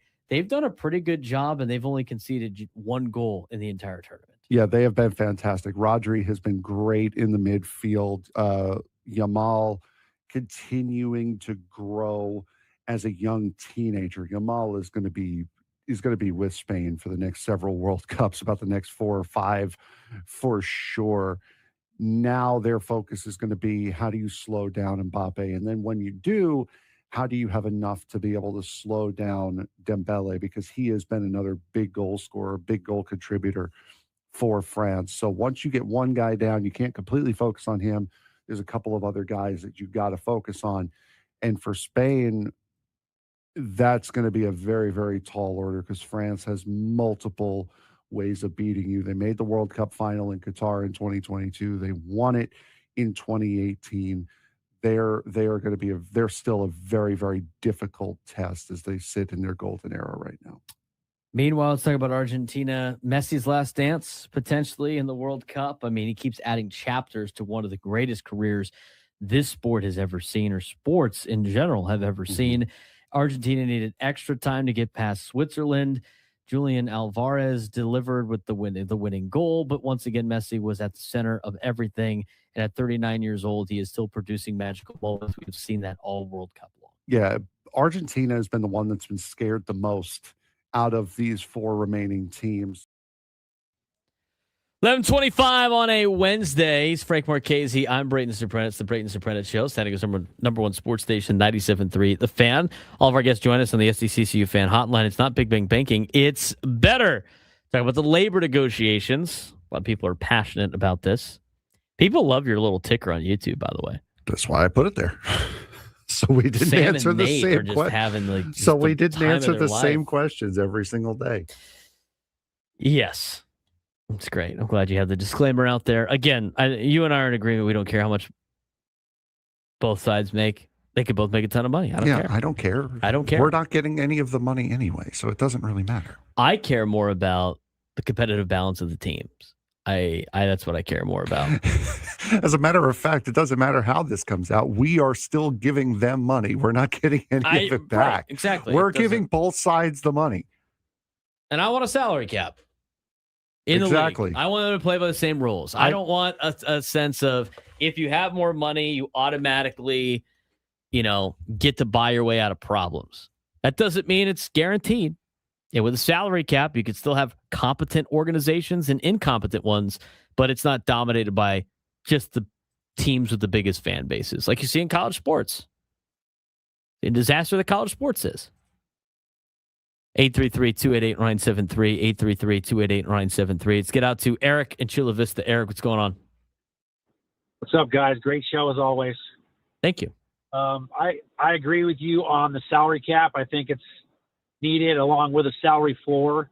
Yep. Like you say, the only, as much money as they can make, go ahead and make it. The same with the owners, players, if you can make more money, go ahead and go for it. Like you guys said too, we're the ones paying to go watch it. But I have no problem them making a ton of money. The only problem I have is with a contract like Ohtani's, for the 10 years after his contract ends, he's getting paid $68 million a year. So, I mean, the deferred contracts has to stop, because if you got a guy playing for your team for $70 million, it better cost you $70 million that year towards your cap number. So, maybe if something like that comes into play, that'll kind of fix it on its own. And if not, I have a sinking feeling that, we're going to have a lockout next year, for at least some of the season until they figure out, who's making what and who's paying what and all the other details. So, again, like I say, I love your show, and I'll listen to your take on the air. Thank you. Appreciate it, Eric. Thank you very much. Thank you for the kind words. I think they're going to eliminate a lot of some of these loopholes in there. And here's the other thing too. Frank, we haven't seen it yet. I think the owners got a lot of stuff up their sleeve that they're going to give the players. I think the players are going to make out with a lot of new things that they didn't expect. Yeah, we're already seeing it, because the owners, this is the way it works in a negotiation. If you want something that is what is considered a non-starter for the other side, you are going to have to concede quite a bit. They're going to give up the world for that thing. Yeah, you are going to have to concede an extraordinary amount just to be able to get them to consider talking about it. So yeah, the players, even in this, the players are still going to make out like bandits for allowing a salary cap to go through. I guarantee you they're going to put in something where bonuses don't count. I think they're going to put in like restructure. They're going to put in a lot of stuff that's going to benefit the players. They're going to raise the minimum salary. They're going to have a salary floor. They're going to have, these are all the things that they're going to put in. They're going to get the salary cap, and they're going to give up a lot to get it. And all they really care about is the future franchise values, which are automatically going to go up because of the fact that you have expenses on the book with the player salaries. That they're gonna figure this out. They're going to keep giving up more stuff. They're going to limit the arbitration. They're going to let guys get to free agency faster. I mean, they're going to find ways to make this thing work. So every time I hear like they'll never accept it, they're going to get so much out of this deal that eventually they'll be like, oh, this doesn't sound that bad. I'm still making all the money I was going to make. They're going to get to that point, I think. Let's get out to Steve in Carlsbad. Steve, what's going on, man? Hey, Braden. Excuse me, I thought I'd be waiting a little longer. Anyway, love the show. You guys really bring it. I've been listening to talk radio in San Diego forever. Really bring it. The salary thing, they have to have a salary cap. It's not going to work. It ruins the competitive balance of the whole thing. When the richest team can win every year, it just isn't right. It's going to kill the goose. The golden goose that lays the golden egg. Everybody's just going to lose interest if their team over the years doesn't have a chance. And that's, so I basically agree with you guys wholeheartedly. I appreciate the kind words, Steve. I appreciate your input as well. Appreciate your phone call, 833-288-0973, 833-288-0973. Steve brings up a good point. I mean, why do you watch sports? Now that's a loaded question, but you watch sports to watch your favorite, right? Like you want to, you follow a team. You want to win, and you want to you watch them try to win, right? That's the whole conversation I had about why I don't root for the Chargers anymore, because it came to the ultimate goal of winning a Super Bowl. Would that make me happy or upset? And I said, it probably would make me feel upset if the Chargers ever won a Super Bowl, not in San Diego, especially the way they probably disrespect San Diego the entire time. And so that was the real final straw for me, is like, if I don't even want my team to win the Super Bowl, why would I even watch? What's the point? And so I think that also applies here of, if you know your team's never going to win, what is the point of watching? And there's going to be a lot of people that go like, why am I watching this? It's in the middle of the summer. I got all this other stuff I can do, especially here in Southern California, and go to the beach. I don't have to worry about this anymore. Why am I going to watch? There's going to be people that decide that. And people, I think, are already deciding that, especially with how expensive it is to be involved in this. And it's just, people eventually are going to stop watching. And that's, if that's the case, guess what side gets hurt the most? Both of them. That's the other game they're playing. 833-288-0973, 833-288-0973. We will continue with your phone calls when we come back. We've got to take a quick break. Talk about the labor negotiation news that has come out this week at the All-Star game when we return. Ben and Woods on the Fan. Join us every morning for All-Star Week. We'll have special guests, a lot of fun, and no chance that your favorite baseball team is going to lose. Listen to Ben and Woods weekdays from 6 to 10 on 97.3 The Fan. We've all been there. You pop into the shop for 5 minutes and all of a sudden you've forgotten where you parked. Car. Unfortunately, that lost feeling is what it's like trying to manage your policy with other insurers. Here, car. Come out, wherever you are. Please. With Geico, you can use the app to easily manage all your policies in one place. Did this parking lot have a waterfall?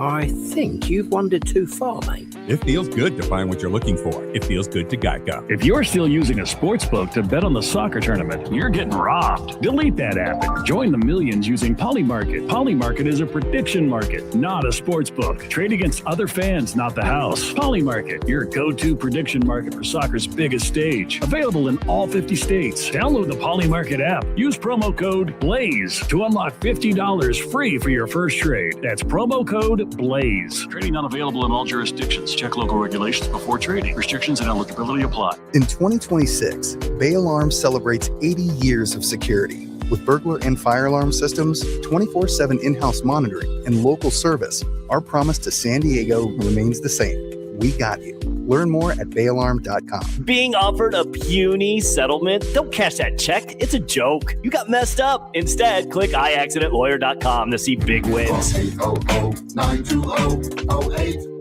Results vary per fax. No guarantee. Corey Higgins for iAccidentLawyer.com. 1000 Newport Center, Newport. Are you considering GLP-1 injections for weight loss? Before you start, ask yourself this. Are you prepared to spend $3,000 to $5,000 per year and stay on the medication long-term to maintain the results?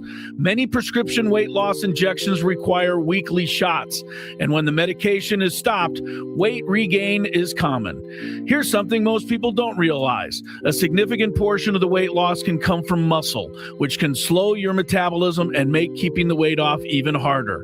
At SD Fat Loss, they take a different approach. Their doctor-developed program helps men and women lose 20 to 40 pounds in just 60 days, safely and naturally. No injections, no synthetic hormones, no long-term dependence.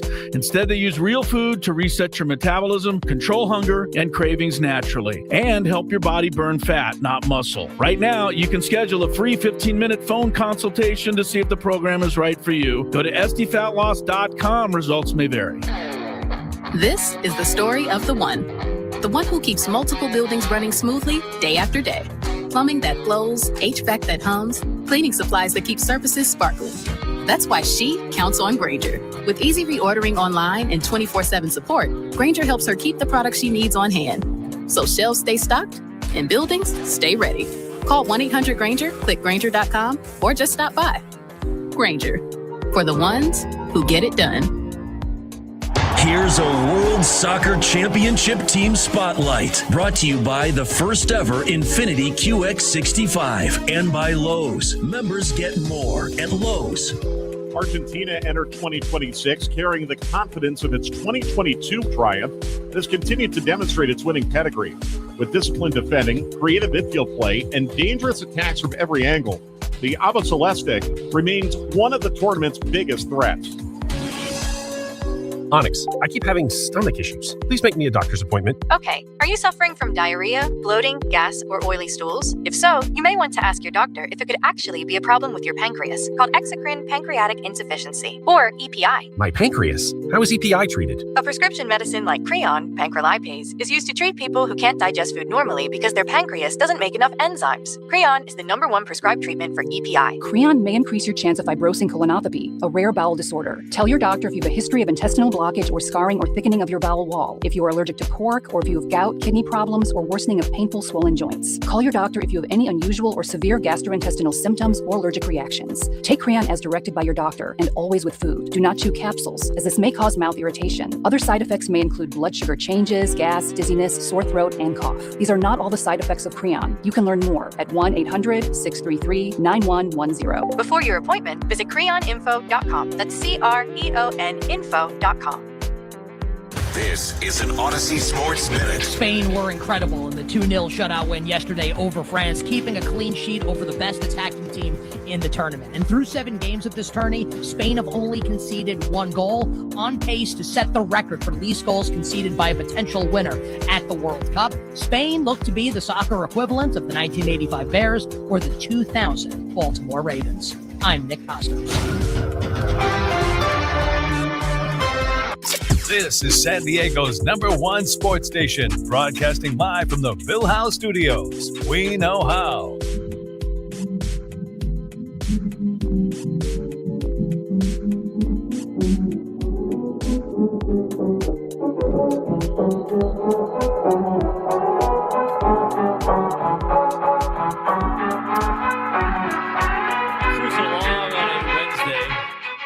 Padres baseball back in action on Friday. It looks like the probables, according to Jeff Sanders for the Union Tribune, Michael King, Griffin Canning, Herman Marquez this weekend.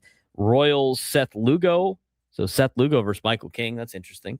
To be announced, and Noah Cameron. Noah Cameron's 5-7 with a 4.89 ERA. Noah Cameron. TBA is rolling this year. 0 ERA for him. He's been lights out. Yeah, he's messed up the Padres a couple of times. 833-288-0973, 833-288-0973. We'll get back to your phone calls before we dive into the sports thread today. We're getting to some college football stuff later on. Do have some other topics for you out there as well. We'll talk about what the latest rumors are on the trade deadline. We also have some World Cup conversation to get to also that we're going to get to in just a little bit. But Back to your phone call. Let's talk about the labor negotiations. Let's start out in East County, out in Santee. Tyler's standing by. Tyler, what's going on, man? Hey, can you hear me? Got you, dude. Hey, so with the salary cap thing, will like the Dodgers or any of these teams, will they be allowed to restructure like Ohtani's contract to be able to get out of that $68 million like deferred payment, or will that just hurt them later on down the road? I don't necessarily know yet, Tyler, because I'm there's probably going to be a grandfathering in of contracts that are already out there. I don't know if they're going to do what the NHL did, when they imposed a salary cap where they were able to basically buy players out of their contracts and then spread it over a course of like 10 years, I think it was, in deferred payments. I mean, there's a lot of different things that they have to hash out if they agree to a salary cap of what do you do with the current teams that are out there. I think it's a big reason why a lot of these teams started spending a ton of money too, right before we get to this point, because I think they know that a salary cap could be coming very soon. But we appreciate the phone call, Tyler. Good question there. Let's get out to DR in City Heights. DR, what's going on? Well, just to follow up on the previous caller talking about fan interest going down when it's not competitive. Yes. I'm not going to go to a San Diego State football game like ever again. It's JV football. So same way, if the Pods never have a chance to win for $160 to see a Dodger game, I'm going to pass. Right. That makes a lot of sense. I appreciate the phone call. I mean, that's what you're dealing with college athletics right now, Frank, is it not? I mean, it's the haves and the have-nots. San Diego State this is a town that has always been, up until the Chargers left, was a football town. And now San Diego State became the only show in town, and they can't get anybody to go to their games. And a lot of it has to do with the fact that what's the point? Mm-hmm. It's the same thing with the minor league teams in town. Look, the minor league teams in town are great. I think people have a fun time there, but that's for like fun. You're not like locked into winning a Calder Cup. Nobody's locked into the Sockers have won so many championships. And if you were to ask some random guy down the street, like how many, if you knew anything about the San Diego Sockers, like what could he tell you about them? I mean, San Diego's got tons of minor league teams. They're not selling out like the Padres are. They're trying their best, but I think a lot of it is the fact that what's the point if they win? It's not a major championship. I think people are interested in major championships, and if you don't have a chance to win a major championship, who is not going to watch? A lot of fans. I think that's half of San Diego State's problem, is something they can't even control. That's it. I mean, I like college football. I love college football. I think college football is great. I'm a high school football coach in town. I would love to go to Aztec games all the time and have it be like for something that means something. It doesn't. I try to get people to go to Aztec games. It's just not this. It's just, and I have former players that play for San Diego State. It's a hard ask money wise to go watch them play teams that are, battling to play in the LA Bowl, which is not even around anymore. They're going to battle with like the Las Vegas Bowl, the Poinsettia. I mean, that's what you're playing for. Like we're going to pretend like that's like a big deal for people. I mean, I know we don't want to say it a lot because we're trying to keep some of the traditions going, but like, if that's what they're playing for, are you surprised that nobody shows up? Are you surprised that nobody like locks in and like watches it? It's like if you have no chance to win a championship at the highest level, I mean, DR brings up a good point. It basically is JV football. And I coach JV football. It's not as many people at the JV game as are at the varsity game. Why? Because it doesn't matter. And we're talking about U.S. sports. We're not talking about sports in general. Seriously. European soccer is different. You can play your way into the higher leagues. But in American sports, you care about the big dog sports. You care about the big boy sports. People in America cared about having a chance to win a championship. San Diego State basketball does so well. We've talked about that in the past. They do so well because of the fact they actually have a chance when the season starts, albeit a slim chance, but they have a path to a national championship. San Diego State football has zero path to a national championship. Lay out for me, Frank, the exact path San Diego State has to take to get to the national championship where it's fully guaranteed that they can control it themselves and nobody else gets involved. You don't have to worry about anybody else. Undefeated season. Even then. Every SEC team loses 3 to 4 games. Every Big Ten team loses 3 to 4 games. Not even that. Like, just if the Group of 5 champion gets in, which still does, if they go undefeated and another team goes undefeated, there's no guarantee that they make the playoff over the other Group of 5 school. Oh, especially because there are levels even there. The American Conference is seen as a higher conference than the Mountain West. So, from all of that standpoint, if you believe that you don't have a chance at the beginning of the season, it's hard to get people to be tuned in. And here's the thing. Like, Juan made the point that the Nationals won the World Series. Yeah, Juan, you're a diehard baseball fan, dude. We're talking about people that are just, casually watching the sport. That's the big money makers. They know the diehards are going to watch. It's the people that are like, yeah, this is kind of fun, but I don't get the point. This is why when teams do very well, all of a sudden their places start selling out because you get the casual fan involved. Mm-hmm. Everybody likes to claim that their fan base isn't a bandwagoner fan base. Every fan base is a bandwagoner fan base. People like winners. People spend money on winners. People go to games to watch their team win, and they stop showing up when they suck. And if they don't have a chance, they also stop showing up. It's pretty simple sportsonomics, if you will. Speaking of sports that are not baseball and not the Padres, let's get to today's sports thread. You know that group chat? The one that's always blowing up with the biggest sports takes, debates, and breaking news? You got barbecue back there, and you didn't invite me? Yeah, we've got that too. Welcome to the Sports Thread, where we break down the top 5 stories in sports, just like you would with your crew. Oh, no! Disaster! What a bad idea! No filters, no silence, just real talk. We just got a brand new one that just came down. I won't spend too much time on it. NCAA Rules Subcommittee has approved the usage of the ABS challenge system in college baseball. Oh, good for them. I don't know how that's going to work.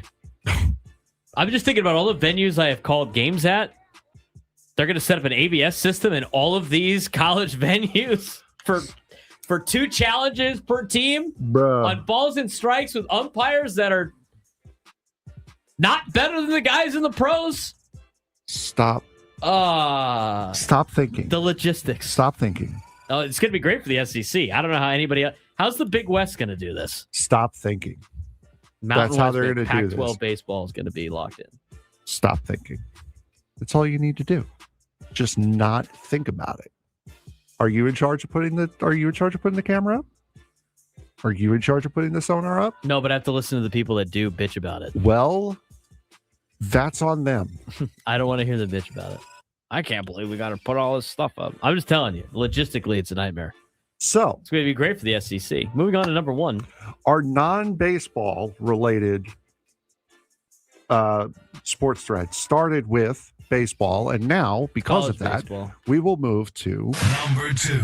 Major League Baseball, where the Houston Astros are finalizing a trade that would send often injured right-hander Lance McCullers Jr., their longest tenured pitcher, to the Milwaukee Brewers. The Brewers will also receive left-hander Colton Gordon from the Astros, according to reports. Milwaukee leads the NL Central by 5 games over the Cubbies, while the Astros are third in the AL West, 3 games behind the Rangers. Solid move for both teams here? I think so. I think it's not a bad chance for Milwaukee, who wants to be able to finally get over the hump in the postseason. This strikes me as such a Milwaukee Brewers move. Colton Gordon on the season right now has an 11.57 ERA, 11 strikeouts, a .557 whip. He started 15 games in the pros. He's appeared in 24, thrown 95 innings in the pros.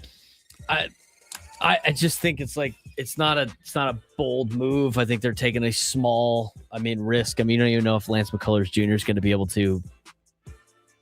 This is just like a Milwaukee Brewers move to me. They don't really swing for the fences at the trade deadline, at least in the last handful of years.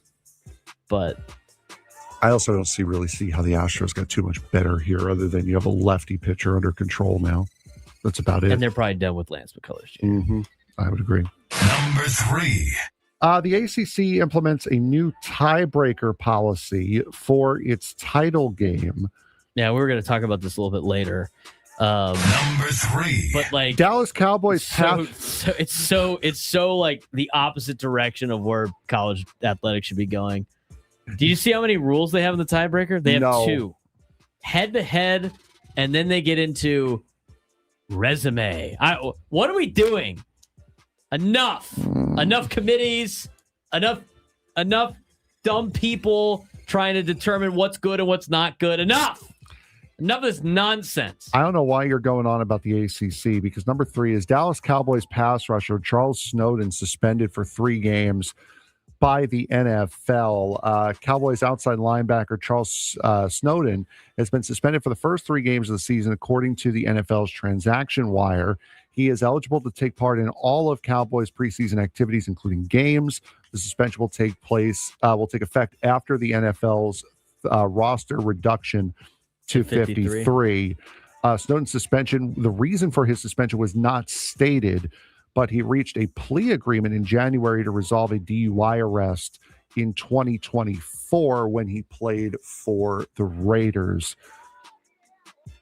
Okay, after now that all of this is done, you implement the penalty now after the legal system has done its thing. Is that what they suspended him for, or is it they still don't know? They're like, well, this happened. They said it was the reason Snowden was suspended was not stated, but he had reached a plea agreement in January to resolve that DUI case.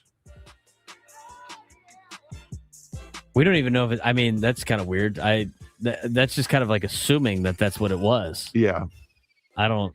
More or less. Well, he doesn't get to play the first 3 games of a 17-game schedule. He still gets to do all the other stuff to get ready for camp. Yeah, unless the NFL says why he's suspended, I can't really comment on it. Now you're just kind of speculating. So I guess that happens. Yeah, let the legal process play out first before you hand out any situation. I think that's a good rule of thumb for a lot of organizations, but we don't necessarily know. And also, 2024 is a long time ago to suspend a guy in 2026. And not only that, it's July. The case was settled in January. Right. You had 7 months. It's got to be something else. You had 7 months to suspend him for that. Number 4.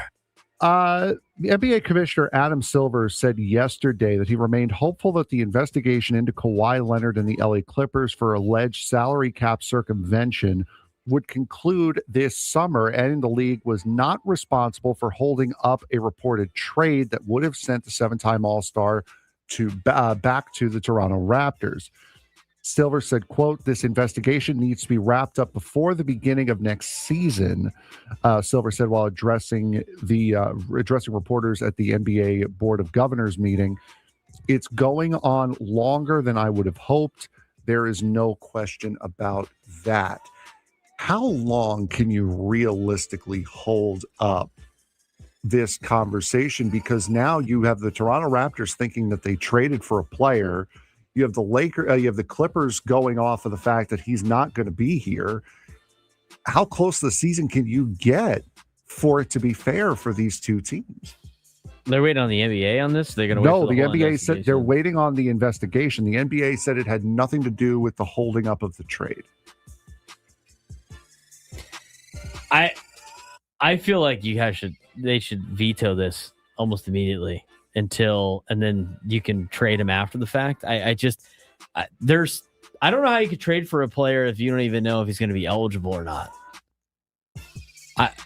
Which I guess would be kind of dumb on Toronto's part. I mean, to me, I feel like Toronto is trying to like cover their ass when they know this thing doesn't work out in their favor on this ruling with Kawhi Leonard.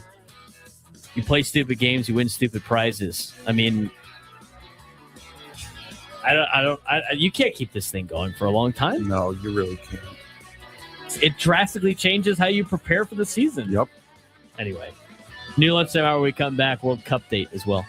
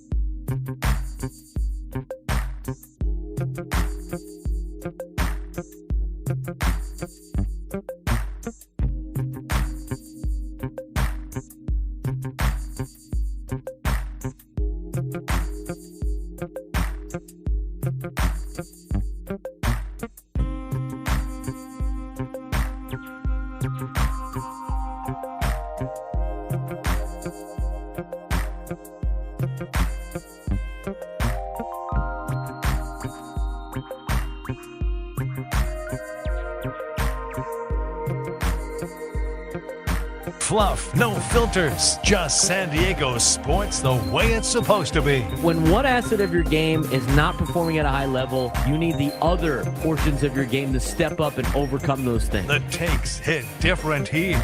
You know, everybody's all worried about the Padres not hitting home runs. The Padres don't need to hit home runs to win games. The home runs are going to come. It's finding different ways to win. This is the Braden Surprenant Show.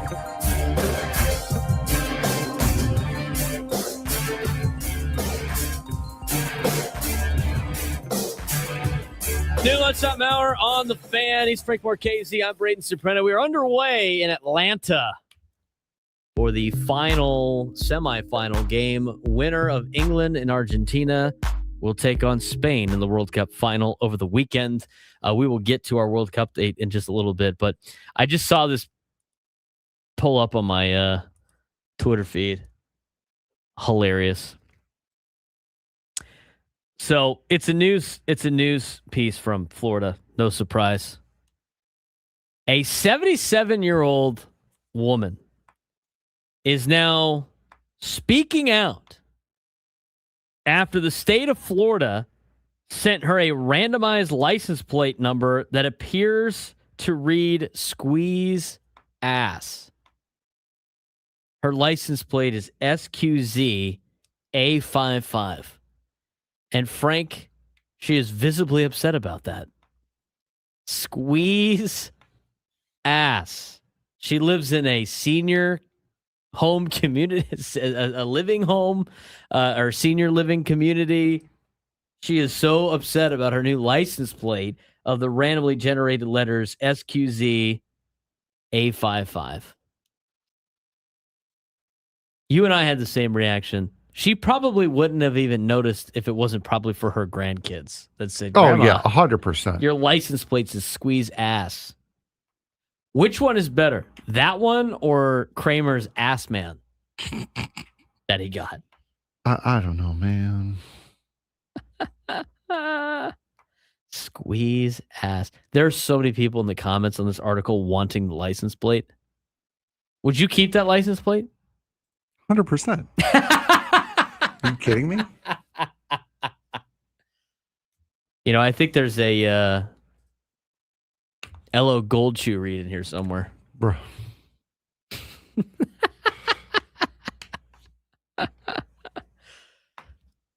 The bedroom's becoming an Olympic sport is one of the lines in his liner.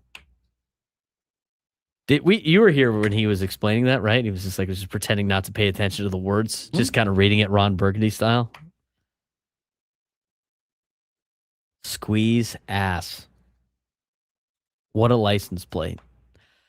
All right, third minute of play. Frank's working on something that's going to be maybe awesome later or maybe a catastrophic failure. We'll tell you about that in just a little bit. But we do have to update you on the World Cup, and we have coming up this weekend. It's going to be a fun time at Harris SoCal. But this World Cup report brought to you by Harris SoCal. Catch the final on July 19th at the First Down Sports Bar, or join our massive ticketed event at the Event Center. Don't just watch history, be part of it in Funner, California. Here's Frank for our latest World Cup date. Not too much more to talk about, though. Semifinal game yesterday. France goes down to Spain for now the third time in recent history. Yes, Spain did win yesterday. Hold on, I'm sorry. I'm trying to work on this. Spain did win yesterday, a 2-0 victory for Spain, a game that I'm sure a lot of people thought was going to go the other way.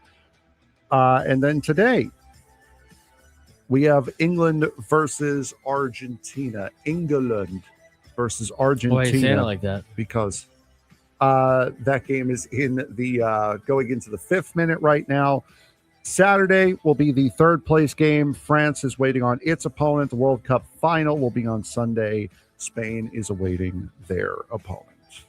What do you got in today's game in terms of like a breakdown of Argentina and England. How do you see this shaping up?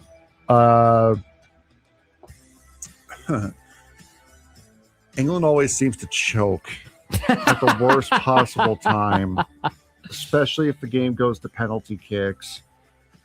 Argentina, though, has not been the dominant Argentina. This is a game that really can go either way, depending upon who wants to become the bigger meme.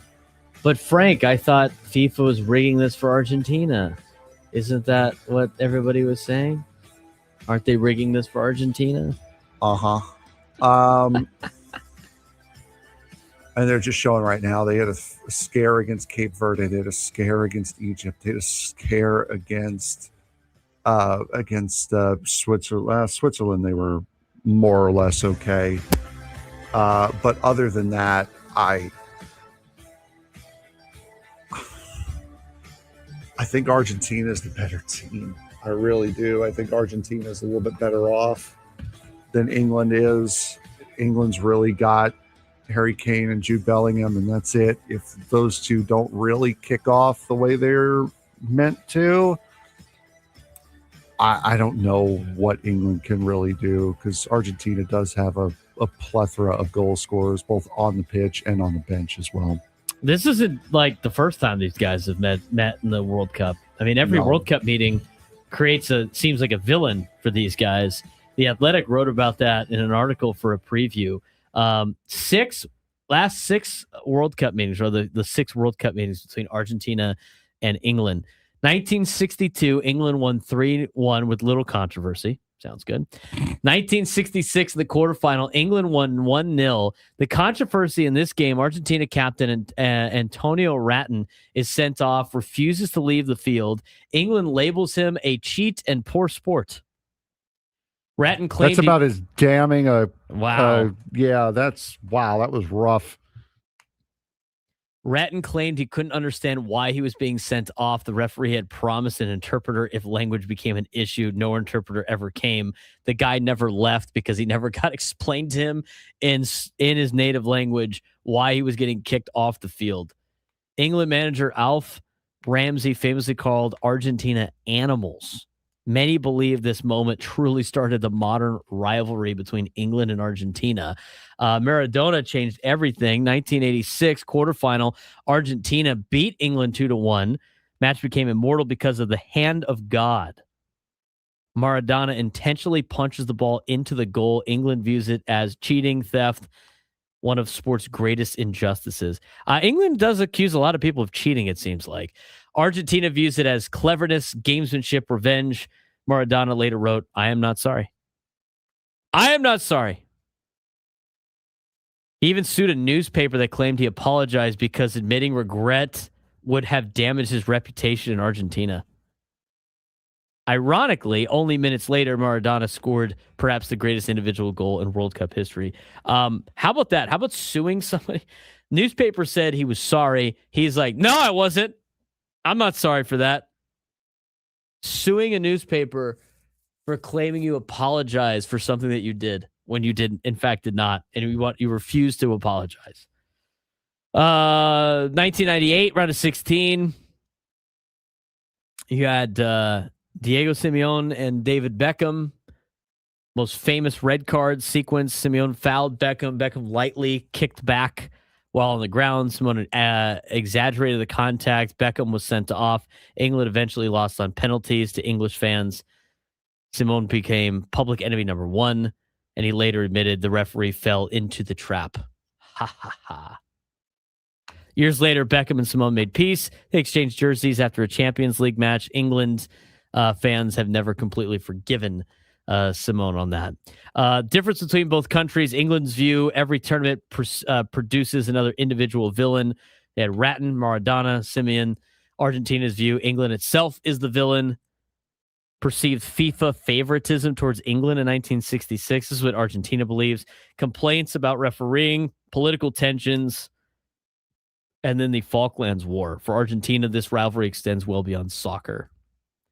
Can you pick for me a villain on this Argentina team to be the next villain against England? I have options for you.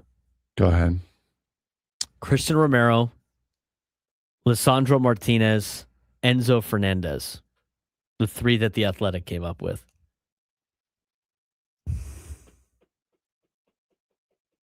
There's Enzo right there. Probably Lisandro.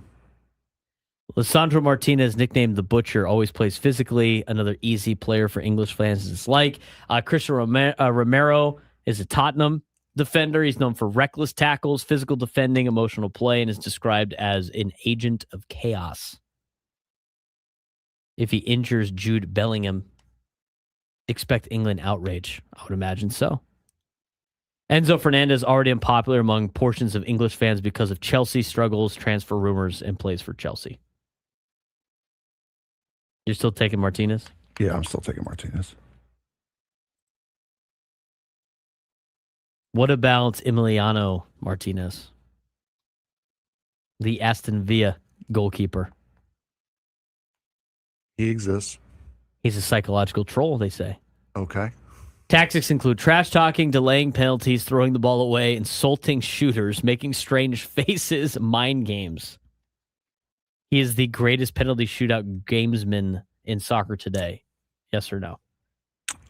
He's certainly one of them. England is also historically bad at taking penalties, so there's also that. Would you consider this an international rivalry based on the circumstances of the previous 6 matches? Even though the fact that most of these guys were not really alive when those happened? I mean, it certainly can be. I mean, there's a lot of, already we've already got both sides Here's your first going villain for it. Here's your first villain of the match. Yeah, no, this is going to be a chippy game. You didn't answer my question. In terms of rivalries, would you consider Argentina and England a rivalry? Where's one? There's a lot of geopolitical stuff that would lead to it. Oh, there's Enzo getting right in the middle of it. He's getting tackled. He's trying to get up, and yeah, he keeps getting held back. This will be a fun one. Yeah, this is going to be interesting for sure. Fridge Watcher in the YouTube chat. The English coach looks psychotic. Well, you know what? It's the semifinal of the World Cup. If you're going to look psychotic, this is the time to do it. This is also a very, very interesting because if this game is going to be as chippy as it already looks like it's going to be in the 13th minute, there's already been 8 fouls called. You cannot be stupid and get yourself double yellowed and miss the final for this. There's going to be a lot of stuff. Cost your team a player in this particular match. I good on the officiating for already trying they got to clamp this down early. I mean, the game against the Mexico England game was very chippy. So we'll see how this one plays out. But they're in the 13th minute, scoreless between England and Argentina. But as you mentioned, 8 fouls already in the first 11 minutes of the contest is pretty impressive. 833-288-973, 833-288-973. Let's get out to Kathy in LA. Kathy, what's going on? Hey, guys. I'm kind of looking forward to this weekend. Back to baseball. Looking forward to this weekend's games in Kansas City. Yeah, it's the Kathy series this weekend. Yeah, it's kind of hard to watch because, I kind of root for both teams, even though San Diego is always going to be my team in the end, because growing up in San Diego, that's never going to change. But I think even though Kansas City has better starting pitching, their bullpen is basically why they've lost most of their games, because their bullpen is a complete and utter disaster. So hopefully we can hold on until they get to their bullpen, because their bullpen's just horrible. So, yeah, hopefully, as Adam Klug in the YouTube chat said, bring home Waka. Yeah, leave Kansas City with Waka on your plane ride would be sweet. Speaking of trades, we're going to get to the latest of the trade rumors here in a second. Obviously, a lot of conversation this week about trades, right? Mason Miller, obviously, is a headliner. We appreciate Kathy for the phone call. We're going to get into some Mason Miller conversation, and we're also going to get into the latest trade rumors. Of course, we mentioned that Lance McCullers Jr. has already been traded today. He was traded in Milwaukee. But the Padres need starting pitching, and to me, like, the Royals have some that they could probably get rid of. But I just don't know how many teams are going to be able to sell. We talked about this 2 days ago, going into the deadline. What did we determine, Frank? There's 7 teams that are out of it now. They could officially just like, we're not going to be able to compete. Yeah, right around there. Probably 7.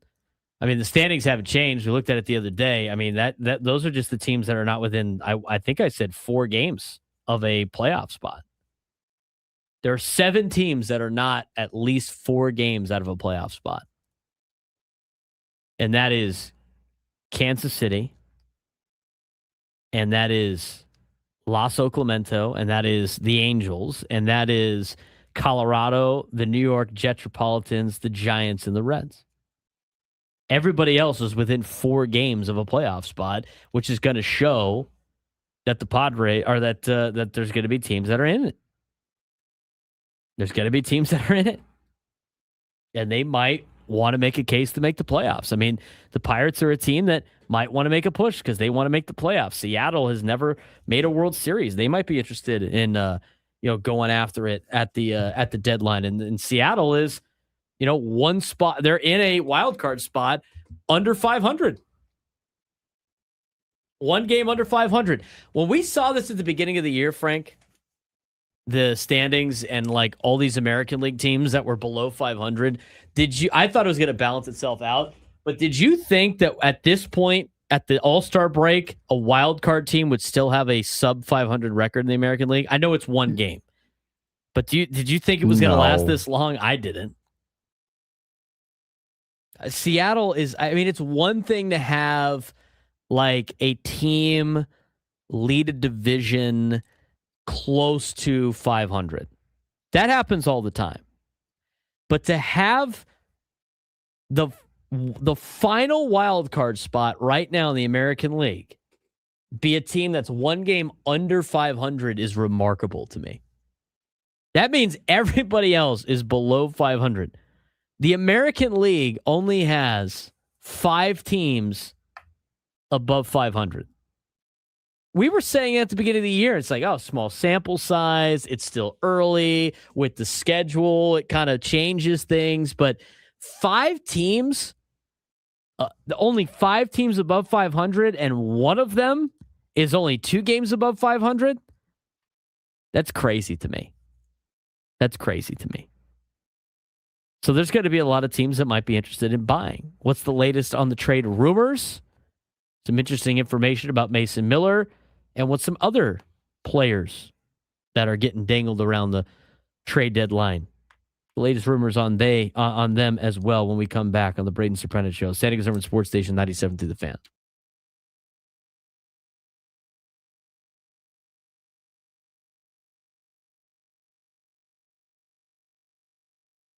Welcome to the MLB All-Star break. I don't know if you've noticed that during our live shows as we are in a commercial break if you're watching this on YouTube. But it means there's, it's not too much going on in the Major League Baseball world. And we're getting closer to trade deadline talks, obviously. But it's also time to hand out some midseason awards. In the American League, Yordan Alvarez has been unstoppable. He's carrying the Astros offense and putting together an MVP caliber season. In the NL, it's impossible to ignore Shohei Ohtani, even though we want to here in San Diego.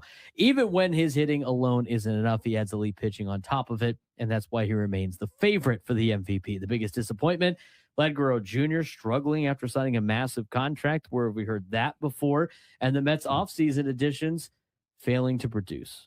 Why do you put that in there, Frank? I don't know. Why do you torture yourself? The biggest surprise have been the breakout stars. Jacob Mizorowski dominating hitters with his historic fastball. Kevin McGonigal looking like a future superstar. Padres closer Mason Miller becoming one of baseball's most unhittable pitchers. Second half is coming. Will the superstars continue to rule baseball, or are we watching the new generation take over? MLB reaches the All-Star break. Time to hand out some hardware of some first half awards, Frank. Yeah, we'll start off with the American League MVP. Yordan Alvarez has been so good. He has been carrying the Houston Astros lineup and putting together one of the most dominant offensive seasons in baseball, threatening to finish among the league leaders in every major offensive category: runs, hits, homers, RBIs, on base, slugging, OPS. What makes this season even more impressive is the context. The Astros are not the same offensive machine that we saw in previous years. They have so many holes in that lineup, but Alvarez has been the one consistent potential Triple Crown watch for a guy like Yordan Alvarez at this point. And the National League, can you give it to anybody besides Ohtani again? I mean, you could. At some Are we point, gonna? No. I mean, he's been better than everybody else. I mean, he could do things pitching and hitting at an elite level that nobody else can do. At some point, baseball may need to create a separate award just for him, because the MVP almost feels impossible when you start factoring everything he does. I mean, obviously, the argument against Ohtani is that he's hitting alone may not be enough this season compared to other candidates. But then again, he's also pitching. And that's what separates him from everybody else, which coincides with why I dislike awards to begin with, because we get to a point where he's just going to win every single year. Pete Crow Armstrong, Kyle Schwarber, they're having tremendous seasons, but they're also not pitching at an elite level. They're just doing one thing. This guy's continued to do two. And if he does one of those things elite, it's usually enough for an MVP award, because you could do two things. You count for two players, and a lot of the rules are set in favor for you, which is kind of why it's a little weird that he's not playing in the All-Star game. I mean, for everything Major League Baseball has done for this guy, separate rule, allowing him to defer money, putting in another rule where he is allowed to pitch and hit. I mean, yeah, you would think he'd show up and take a hack at least at the All-Star game, right? Yeah, one would definitely think. One guy who is not taking a hack at the All-Star game because he declined it, Vladimir Guerrero Jr. He has been probably the LVP, least valuable player. Right now for Toronto. This might be the most shocking selection of the group. A player who just signed a massive contract, was expected to be the face of the Blue Jays offense, has been struggling badly. His power, much the same way as we saw with another junior this season, his power is gone. His power has completely disappeared.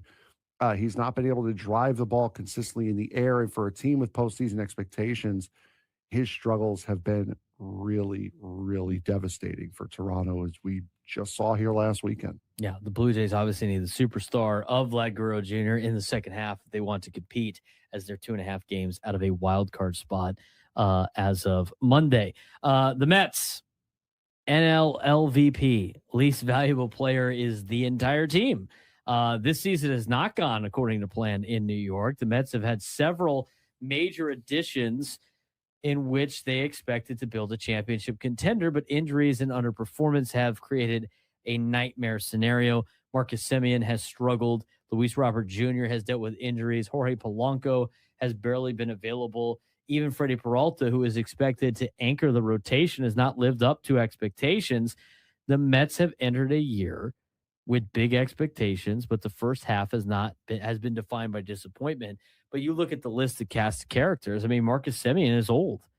Trading for him to try to help your middle infield was always a head-scratching move, considering the amount of money that he was owed.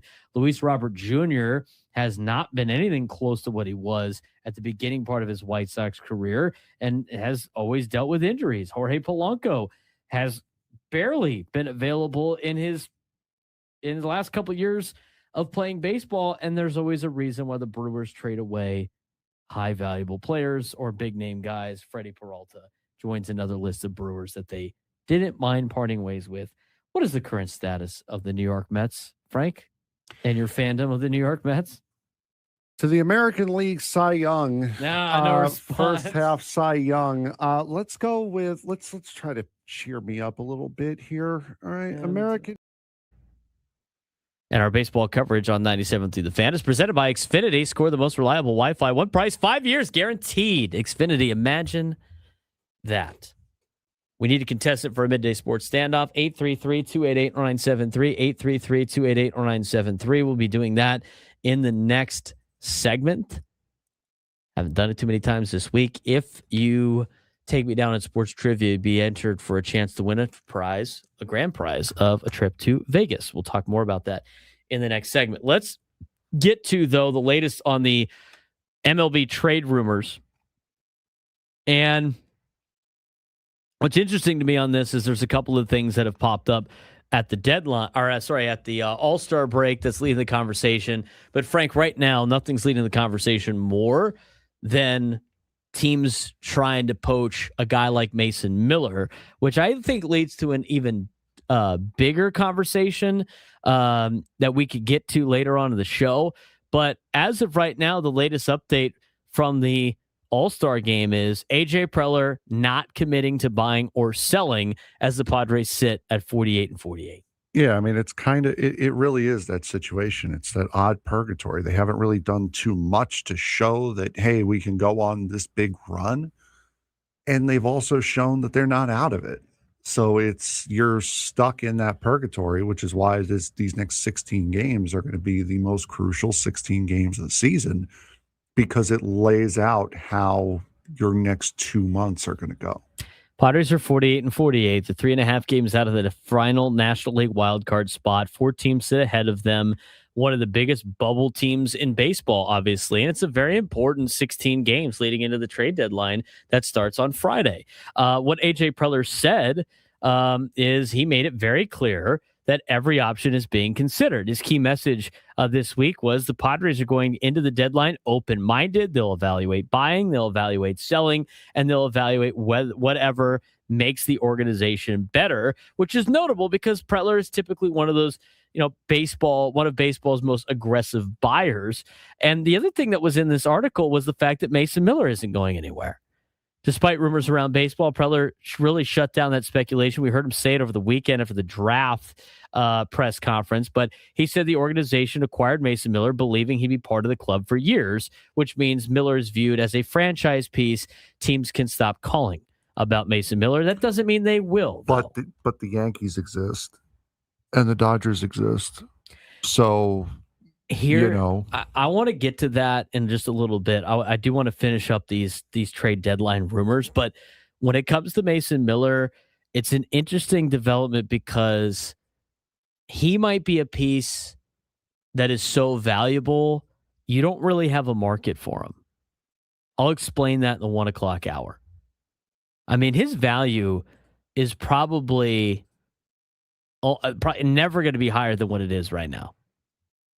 I mean, it's hard to keep up what he is doing currently, and I'll explain in the 1 o'clock hour. But it doesn't really sound like they're interested in sending him away. Not when they have 2 relievers that they can ship off that are going to be free agents at the end of the year.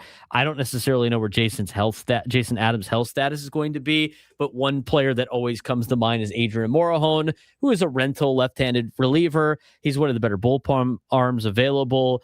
He could bring back probably a surprisingly strong prospect package because bullpen help is always expensive at the deadline.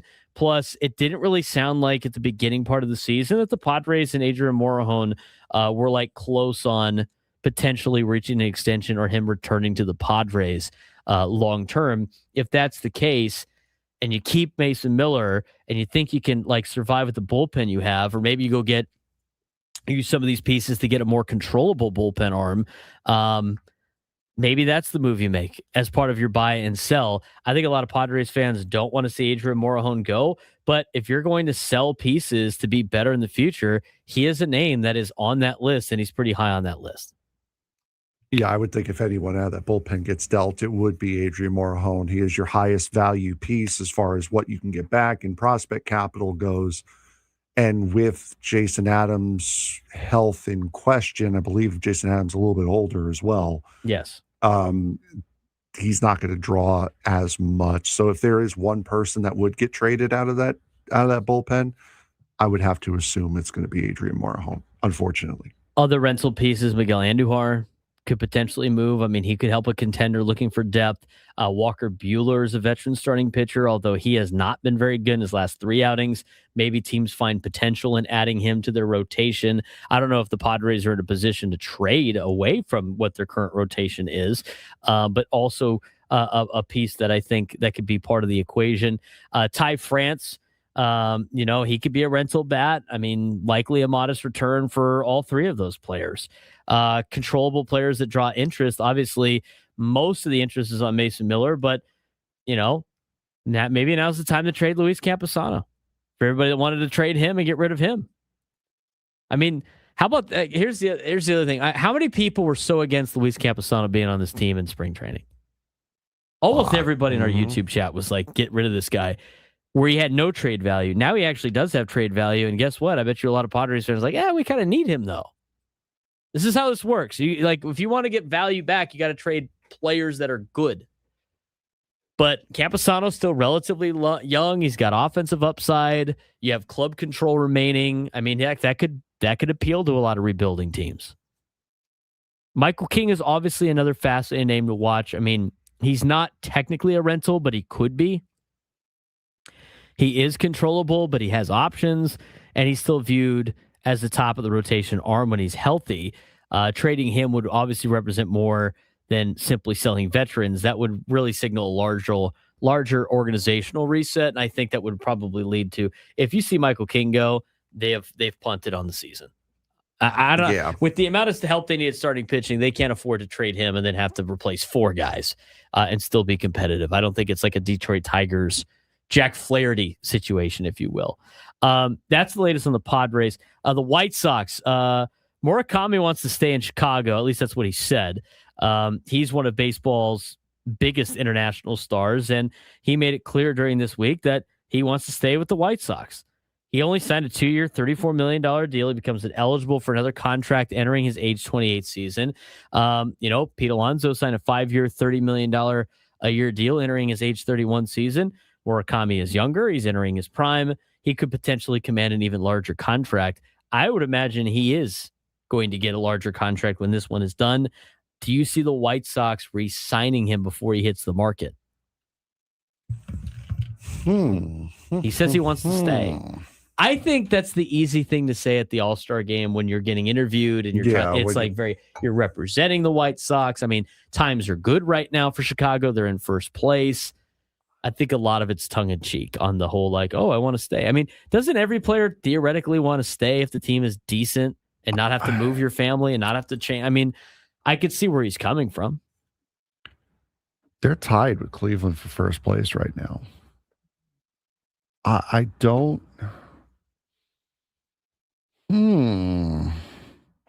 Got him. I think if they don't fall off a cliff, I can see the White Sox promoting him as the new face of the organization. I can see it. I don't know if they who have else to would it be, like Miguel Vargas, right? Who's also in the All-Star game? Yeah, I mean, I don't know who else you can say. I mean, I like Chase Maedroth because he's a USD guy, but he's not going to be like the face of the franchise. Kyle Teal's also very good. He's been hurt a lot, though. I don't know. That's a really tough one because the White Sox, we know what the White Sox have been, and this brand of White Sox is a little bit different. So if they had drafted Murakami and he came up and he's now eligible and they're the way they are a couple of years ago, there's no shot he's staying with the White Sox. Absolutely no chance. But if the White Sox stay good like they are right now, I could see it happening. There's no reason to believe that they're going to fall. I mean, maybe they do fall off a cliff. Maybe this is just a young team, but every one of their good players is under contract until 2030. And it's even more. I mean, Murakami is the only player that signed a short-term deal. He's going to be a free agent in 2028. Vargas is under control until 2030. And then they have all of these young players that are under contract and arbitration eligible through 2031. Davis Martin, Brian Hudson, Sean Burke, Drew Thorpe, Prelander Baroa. Those guys are all free agents in 2031. Then you go down further. Colson Montgomery, Chase Maedroth, Kyle Teal, Grant Taylor, Edgar Cuero, Luis Angel Acuna, Tristan Peters, Noah Schultz. Actually, not Noah Schultz, Tristan Peters. They're all free agents in 2032. And then it goes so far, I can't even adjust it on the screen. Braden Montgomery and Sam Antonacci are both under control until 2033. It's a very young team. It doesn't cost a lot of money. Andrew Benintendi is your second highest paid player on this team, followed by Jordan Hicks, Sir Anthony Dominguez, Anthony Kay, and then, by the way, Austin Hayes, Sean Newcomb, Eric Fetty, and Randall Grichuk are all free agents at the end of the year. This team could totally... I could see Murakami being like a Jose Abreu where he's there for a vast majority of his career. If I'm the White Sox, I'm definitely signing Murakami to a contract extension at this point, and 5-year deal, as you mentioned, as we mentioned, and he needs to be with these young guys that he's already with. Do you know what the White Sox payroll is right now? $89 million. That's another team that could really make a splash at during the offseason or at the deadline. Especially if they're going to have to because of the salary floor. Am I boring you over here? Yep. All right, time to go to break then. When we come back, we need a contestant for our midday sports standoff. 833-288-0973, 833-288-0973. If you call in, take me down in some sports trivia, you'll be qualified for a grand prize. We'll talk more about that when we return.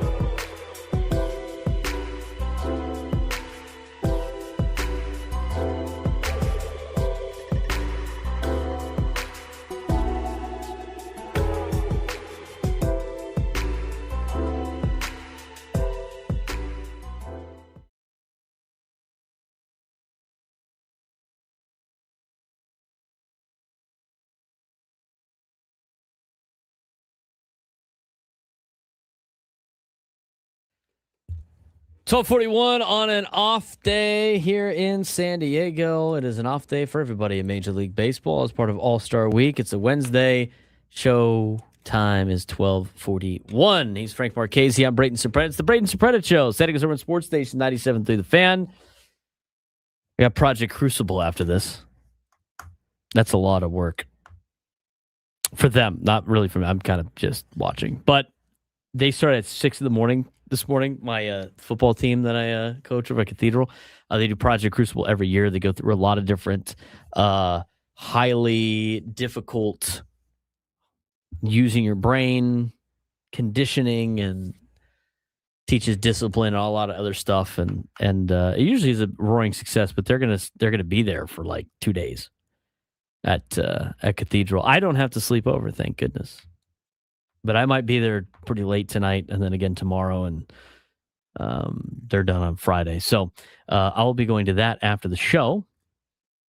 And coming up next on the show is our midday sports standoff. And if you could call in and take me down to sports trivia, you'd be qualified for a chance at our grand prize, a 2-night stay at Fontainebleau, Las Vegas, a $150 food and beverage credit. Oasis Pool Deck at Fontainebleau, Las Vegas has officially opened for the season, offering a 6-acre elevated pool experience with 6 distinct pools and Live Beach. Enter to win a 2-night stay at Fontainebleau, Las Vegas, and a $150 food and beverage credit. To book your stay, visit FontainebleauLasVegas.com. Now we have a contestant. Let's get to today's Midday Sports Standoff. Welcome to Midday Sports Standoff on the Braden Surprenant Show. I can't believe what I'm seeing right now. The ultimate head-to-head battle where sports knowledge and quick thinking collide. No, it's no good. Are you kidding me? Contestants will go toe-to-toe with Braden in a sports trivia deal where every correct answer brings them closer to victory. Down the sideline! Wow! Unbelievable! But 3 strikes and it's game over. This is not Detroit, man. This is the Super Bowl. Can you outsmart Braden? The Midday Sports Standoff starts now. All right, Frank, who we got playing today? We have Steve and Santee playing today. Steve, how you doing, bud? I'm doing well. How are you guys doing?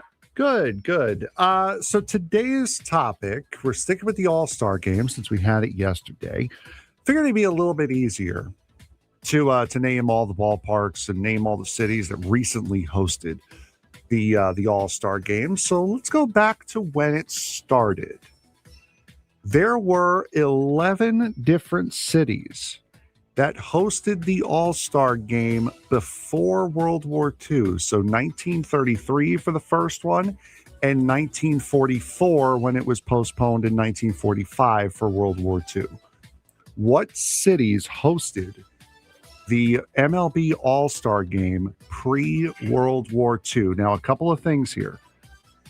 One city does appear twice. It's just 2 different venues. So you only get 1 point for that. So you only get 1 point per time. And also there are no tricks. Like there's no like Birmingham, Alabama did it once. Every city still currently has a team playing in it right now. Got it, Steve? All right. Yeah. All right. You have the first guess here. Wrigley Field or Chicago? Well, it was Chicago. It was Comiskey Park, but yes, you just need to get the city. You don't need to get the ballpark. Let's go with there's a lot. Let's go with we'll go with Boston maybe. Comiskey Park was actually the very first All-Star game. Boston Braves Field was not Fenway Park. Steve? Yankee Stadium. The Bronx hosted once. There, like I said, there was a city that held 2. So that's one of them. That was the only city that held 2? New York. Okay, so New York.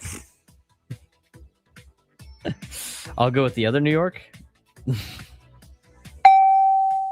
I hate you so much for that. The Polo Grounds was the other one. They held it in 1934 and 1942. Okay, so we have New York. So New York times is 2. The, we have the Chicago Bronx. and Boston. This is off, yes. Go ahead, Steve.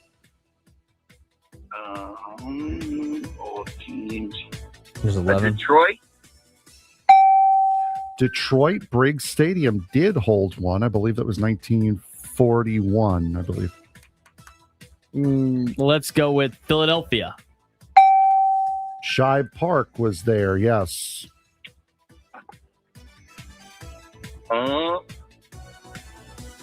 St. Louis.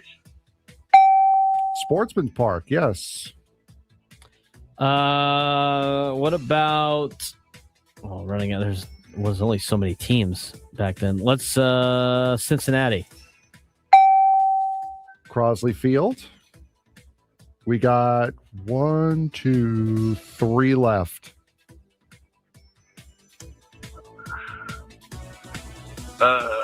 Atlanta. No, Atlanta did not have a team just yet, so they would not have hosted the All-Star game. What about Pittsburgh? Pittsburgh would have been the most recent on this list. That would have been 1944 at Forbes Field. 1, 2, 3, 4, 5, 6, 7. You have 2 left. 9 on the list. Okay. Steve? Cleveland. Cleveland Stadium held the 3rd All-Star game. So now it's winner take all. Whoever gets the next one wins. What about Washington?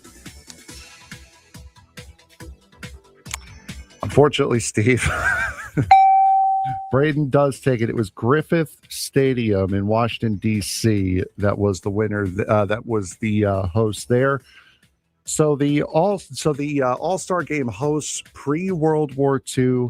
Comiskey Park in Chicago, the Polo Grounds in New York City held it in 1934 and 1942.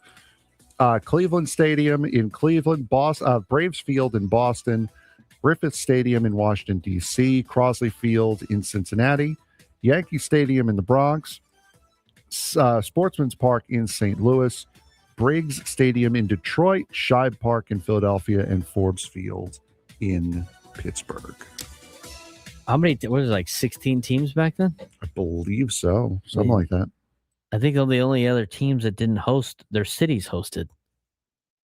Because you had 2 Boston teams, you had 2 Chicago teams, you had 2 Philadelphia teams, and you had 2 St. Louis teams. That's like half the league. Right? I believe something like that. 2 New York, right? New York. So 2 New York. 3 New York, I think. 3 New York teams. Yeah, you include Brooklyn. So you had, I mean, that should be the trivia question. Name like the different cities that actually had teams. Well, it's still fun, though. I'll ask you that question. Even though we had all the answers. There's only, I mean, most of these have double. All right. Name me the cities of the teams back in the 1930s that had doubles. Well, you just said New York had 3. New York has 3. Philadelphia.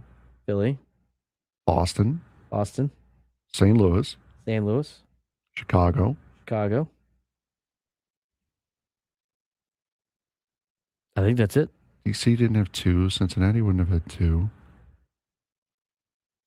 1, 2, 3, 4, 5. 1, 2, 3, 4, 5, 6, 7, 8, 9, 10, 11. 11 of the 16 teams were in a city that had another team in it. Very regional sport, this. You can probably put it on a map. St. Louis is out there on their own. The cities that did not have multiple teams: Cleveland, Detroit, Washington, Cincinnati, Pittsburgh. You see on the try to picture on a map which team is furthest west, Detroit or St. Louis? St. Louis. St. Louis is the furthest west? Oh, yeah, for sure. Detroit is close to like Toronto and Buffalo. No, I know that. Yeah, St. Louis is definitely the furthest west out of the group. That's why there's so many Cardinals fans all over the place. Because they were like, for the longest time, KMOX was like the only signal out there, and that was the only team that people could root for. Yeah, it's definitely way the furthest west. Yep. Yeah, it's way out there. That was like there was nobody close. Map of the 1930s baseball teams. Hey. Oh, they do have a map. They have the on their Wikipedia page. Oh man, it's way. It's if you look at the it's just the north, basically the Northeast from St. Louis to Boston. That's just like the only area. Midwest, I guess, Northeast. 1930s. They were not the Dodgers yet. They were the Brooklyn Robins. 1930s baseball season. Boston Red Sox, Chicago White Sox, Cleveland Indians, Detroit Tigers, New York Yankees, Philadelphia Athletics, St. Louis Browns, Washington Senators were your American League. Your National League was the Boston Braves, the Brooklyn Robins, the Chicago Cubs, Cincinnati Reds, New York Giants, Philadelphia Phillies, Pittsburgh Pirates, and the St. Louis Cardinals. Do you want to take a guess who won the National and American League in 1930? 1930? The World Series that year was? Yankees. No. Oh, wow.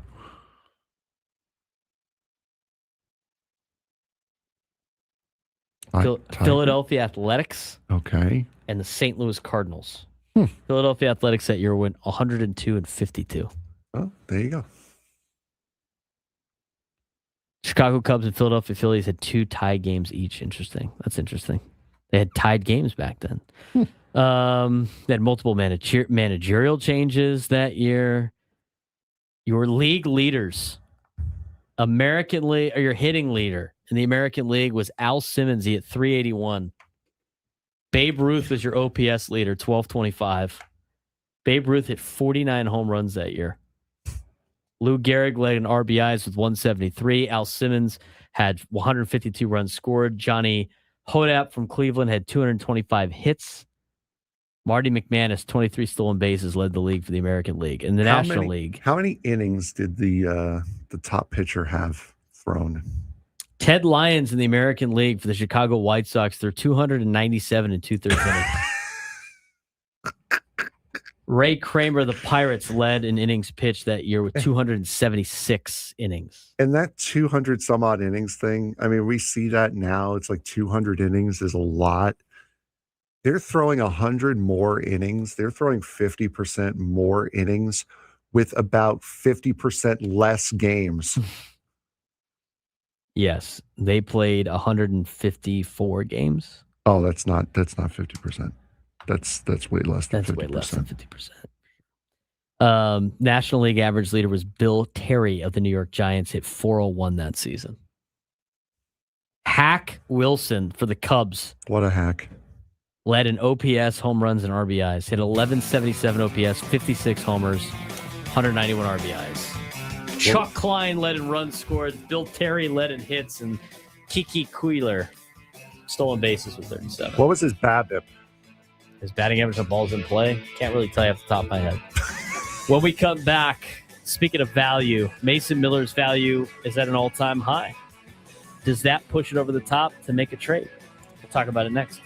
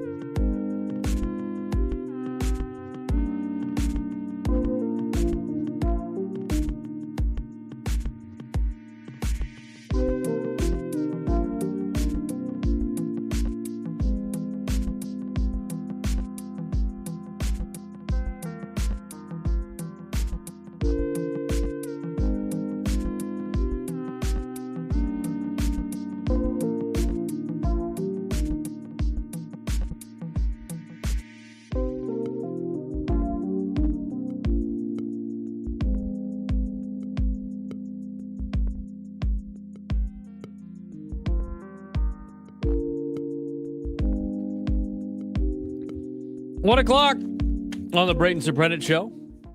Setting us over in Sports Station 97.3. The Fan. Another show flying by today. Just flying by, talking ball. It's been nice on a week where there's really not much going on. I know tomorrow's probably going to be the hardest day, maybe. We got 2 guests tomorrow. 2 guests. Got the round table. We can start really diving into second half of the season conversations, ceremonial second half of the season conversations. Obviously, if you think about the halfway point, the Padres have already passed that. 48-48. It's been nice to have a little bit of a break in terms of not having to talk about the starting pitching not being very good and the offense being okay. But you know what? I think this is good time for rest and relaxation for all of the Padres players, with the exception of Mason Miller, but at the same time, he threw 4 pitches. It's it's not crazy. And if you had to pick one of your position, one of the players on your team to participate in the All-Star game, it's guys that have rest mixed in. Mason Miller was already well rested going into the All-Star break in terms of a month of just not being closing down games because the Padres haven't had leads. But on top of that, I mean, you shouldn't have to use Mason Miller on Friday against a team like Kansas City. Doesn't mean you can't. Doesn't mean they won't give you a great showing. Doesn't mean they're not going to be healthy or well rested themselves, but you shouldn't have to. Let's talk about Mason Miller for a second. If you look at Mason Miller and what he has accomplished in a Padres uniform, and you look at what he's done this year, specifically for his ERA plus. Now,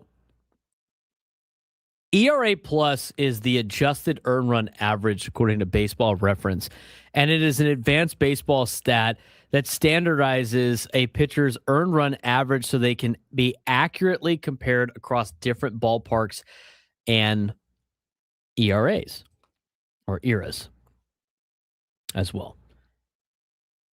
And it rates it on a scale of 100. So ERA plus of 100 is league average, and ERA plus of 110 would be 10% better than league average. Mason Miller, as a member of the A's, had an ERA plus of 112 in 2023, which gave him 12% better than league average. In 2024, when he was an All-Star, it was a 159 ERA plus, which means he was 59% better than league average. In 2025, as a member of the Athletics, the Sacramento and the Los Oklahoma A's, he had a 116 ERA plus, which means when the Padres traded for him, he was 16% better than an average pitcher.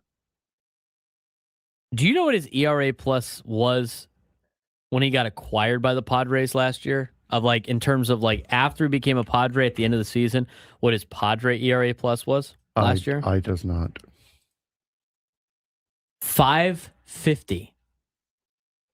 That sounds good. Yeah.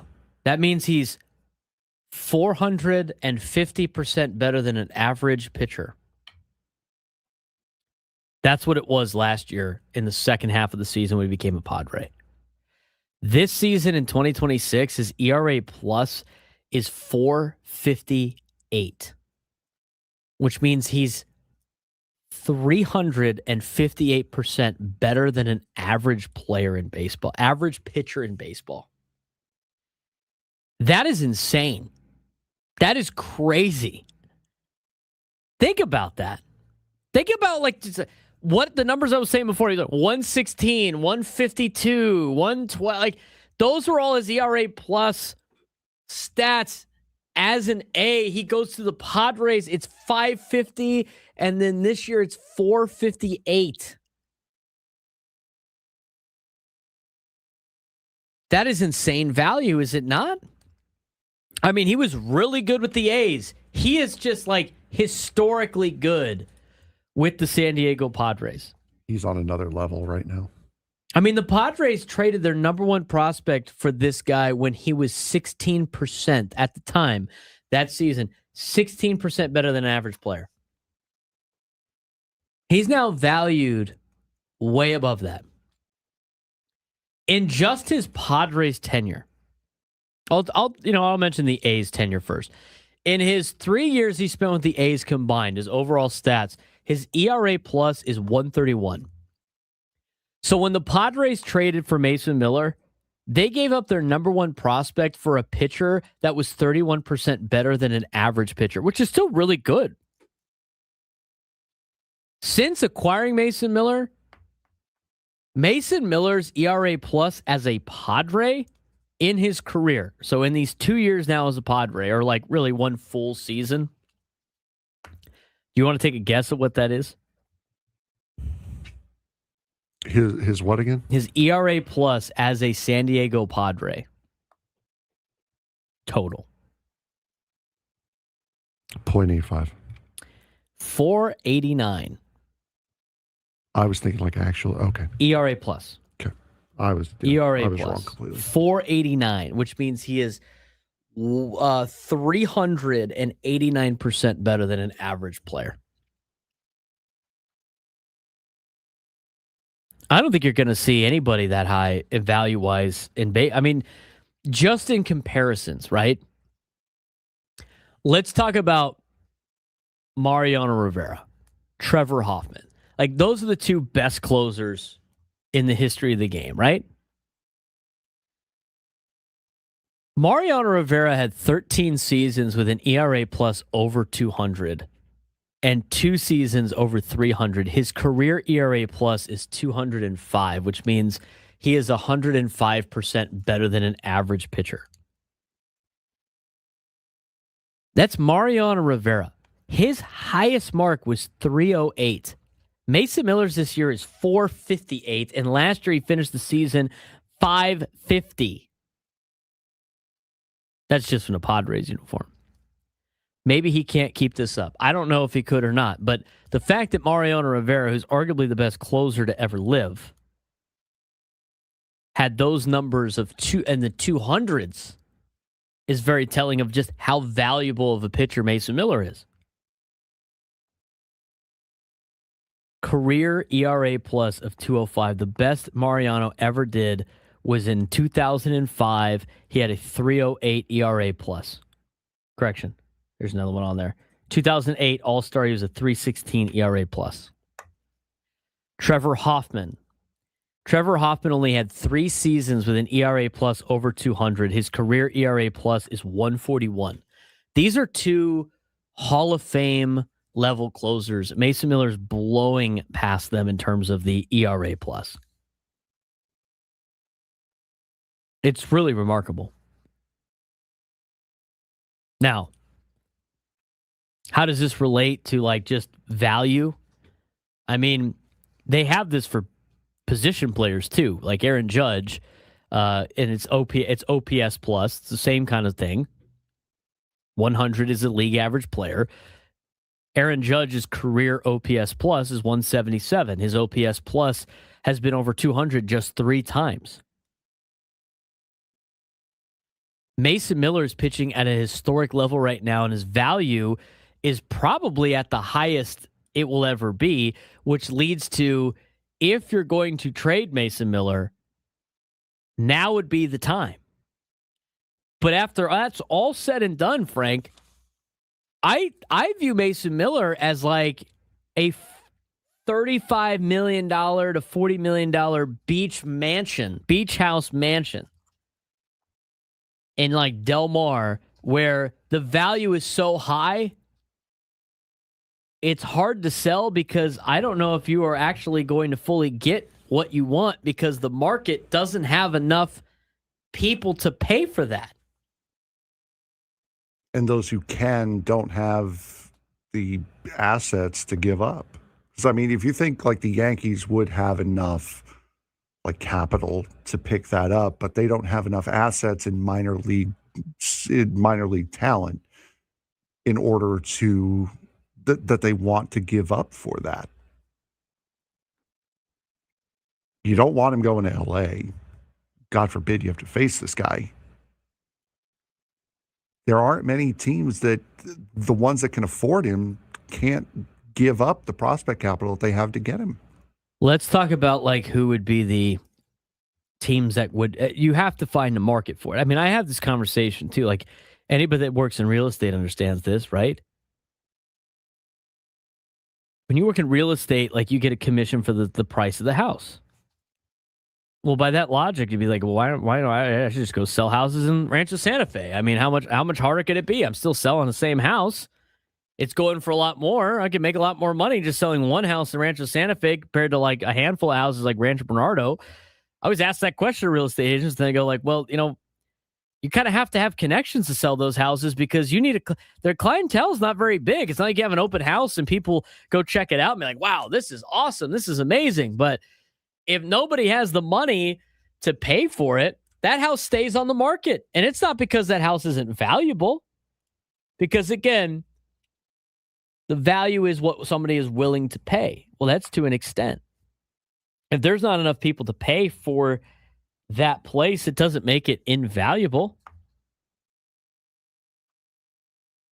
So when you look at who could potentially afford Mason Miller at this level, again, you're talking about a pitcher that the Padres gave up their best prospect for. That's the top 5 prospect in all of Major League Baseball. You got to start narrowing down who can even afford this guy for it to make sense to even trade him. You got to start looking at obviously contenders. Chicago Cubs, Philadelphia Phillies, right? Dodgers, Brewers, Braves. But on top of that, you got to find like the top prospects in Major League Baseball, the top farm systems in Major League Baseball. I don't know how much it has changed since the draft. I know you have to like go through a lot of paywalls in order to see that. But if you look at the top farm systems going into this year, number 1 was the Milwaukee Brewers. So not only do they have to be a contender, but you have to get as much for this as possible. And Milwaukee seems like a fit. Los Angeles Dodgers, contending team. Number 2 farm system in baseball. That seems like a fit. I don't think any Padres fan want to see Mason Miller trade to the Dodgers, though. Pirates, maybe. They got a really good farm system. St. Louis Cardinals, are the Cardinals one player away from winning a World Series this year? I don't think so. Tigers have a lot of prospects. They could probably help out. They have 5th highest level, but they're not really in contention at this point. Cleveland Guardians come at number 6. They're interesting to say the least, but don't know if that's enough to move the needle. The New York Mets have a good farm system and they spend a lot of money. They're not in contention, though. They don't need Mason Miller right now. Seattle's interesting because they're the 8th best farm system in baseball. They need some extra pitching. They got a lot of starting pitching on their team as it is right now. Maybe that's a team that might be able to do it. But is Seattle a game under 500, just one bullpen arm away from winning a World Series? I would say no. Does that solve the fact that they can't score? I mean, I look down to it being the Brewers can do this. The Mariners could probably do this. The Dodgers could probably do this. I mean, everybody talks about the Yankees. The Yankees are interested in potentially trading for Mason Miller. Where do the New York Yankees rank in terms of their farm system? Before the season started, it was 26th in baseball. Did that get a lot better because of the draft?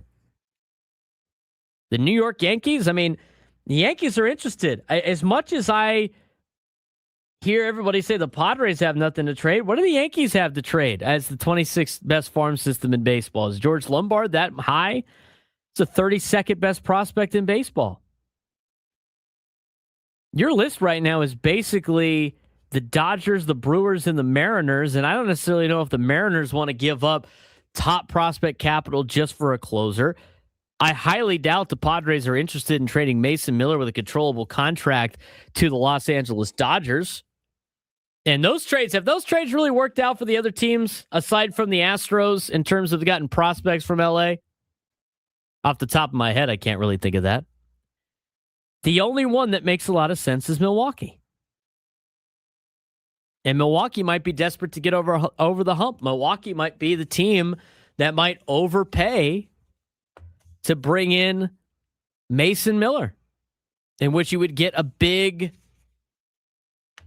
return back. But Frank, I look at this and I look at it as a sense of like, yes, he is a very valuable asset. Yes, this is probably the most value he'll ever have, but also at the same time, his value might exceed what a market is willing to pay. Which, I mean, is more or less kind of a good situation to be in. I mean, knowing that you have that type of value just sitting here laying in wait, but it's also one of those things where it's not really much you can do with it as if you really wanted to trade him and move on. I don't think that's the case. I don't think that's what they should do. But it is a very interesting thing. You don't see players price themselves out of a market too often. So it's quite impressive, even more impressive than what he's been able to do on the field is kind of that status and that value that he's been able to give himself. Unless the Yankees are giving you Cam Schlittler. Yeah, that's going to be about a bunch what of it prospects, takes, yeah. dude. I don't know how you could pull the trigger on this when you gave up one of your best prospects for this guy. It's kind of like it's almost like what the Brooklyn Nets did when they got Garnett, Allen, and Pierce. They mortgaged their entire franchise to Boston and to the surrounding teams in order to get those guys in to try to make the run. You are going to have to fork over one of your best players and your top prospects in order to make it remotely fair. A trade for the value that Mason Miller brings to your ball club. I think so too. I just it doesn't sound like it would be worth anything to the Padres unless they got their rotation of the future in one trade. It's almost too valuable. And we're talking about an organization that hangs on to valuable players. I mean, AJ Preller doesn't punt on a lot of guys. And you know what he's not going to do? He's not going to trade his best prospect for basically 1 year of Mason Miller and not get something like that and more in return. What you're going to have to do effectively is you're going to have to give up so much. If you're a contending team, let's just say the Pirates are leading the division right now. Why would they be leading the division? Because of their incredible starting rotation. What you're going to have to do in order to get Mason Miller is completely fork over that starting rotation, eliminating your advantage, eliminating your reason for getting Mason Miller in the first place. I just don't see it happening unless he gets something that's like a thievery. To me, he has AJ Preller's got to get something back that makes the Washington Nationals James Wood, CJ Abrams pick up minuscule, exactly. There's some interesting comments from Steve Phillips about this. We're going to get to that when we come back. We got a lot to get to still on the Braden Surprenant show as we continue. San Diego Sports Station 97 through the Fan. 5 years ago, college sports changed forever. On July 1st, 2021, athletes were officially allowed to profit from their name, image, and likeness. At the time, biggest NIL deals were around $20,000. Today, some college quarterbacks are making millions, and NIL has become a multi-billion-dollar industry. But the biggest surprise wasn't athletes getting endorsement deals. It was how quickly NIL became tied to recruiting and building championship teams. The NCAA tried to create rules, but college sports moved faster than anyone expected. 5 years later, the biggest question is this: did NIL create a better future for college athletics, or did it create a system where money determines who wins? Either way, there was no going back now to the old version of college sports, and that is our subject today on the weekly college sports update. This week marks a major milestone that somehow passed without much celebration across college athletics. July 1st, 2026 was a 5-year anniversary of name, image, and likeness. And it begs the question of, has it made this better for college athletics or worse for college athletics? And before we start diving into why it began and everything like that, to answer the question, I think it's made it great for college athletes and worse for college sports, and more specifically, great for high-paying college football and basketball players, and terrible for the rest of college athletics. Yes, 100%. And it's, again, I just wanted a video game, man. That's all I wanted. I just wanted NCAA college football back.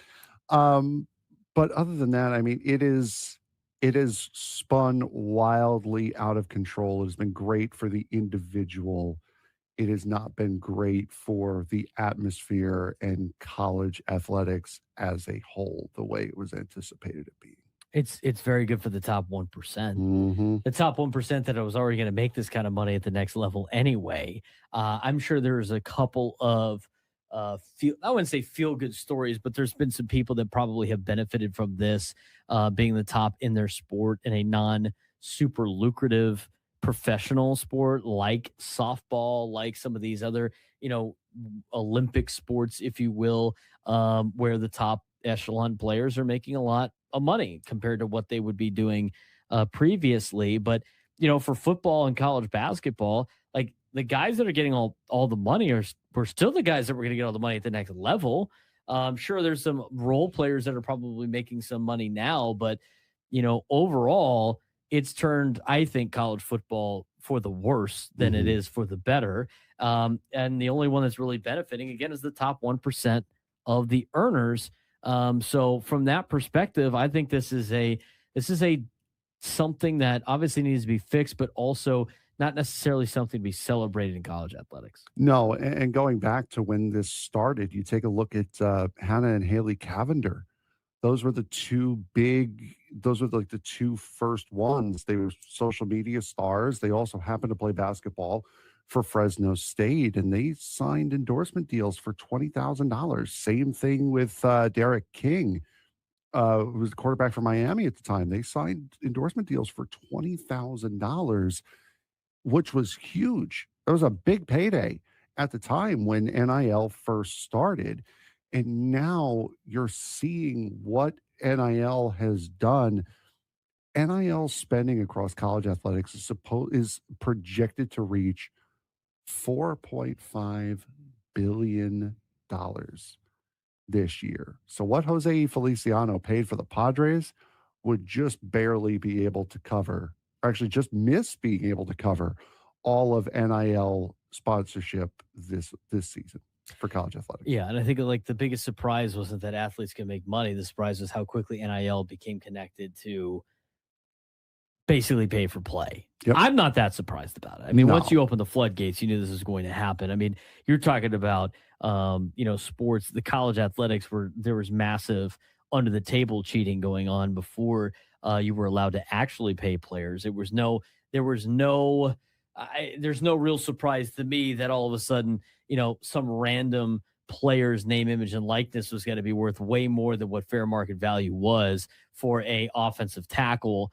trying to promote a dealership, right? Like, and all of a sudden these budgets for these places for quote marketing started to go through the roof. I mean, the idea was for people like the Cavender twins to not have to sacrifice money because, not have to sacrifice income because they're popular on social media in order to play college athletics. It was for people that have ever gotten like a $20 meal, because you were a poor college kid, not costing you like games, right? Like that was the whole reason that you did the name, image.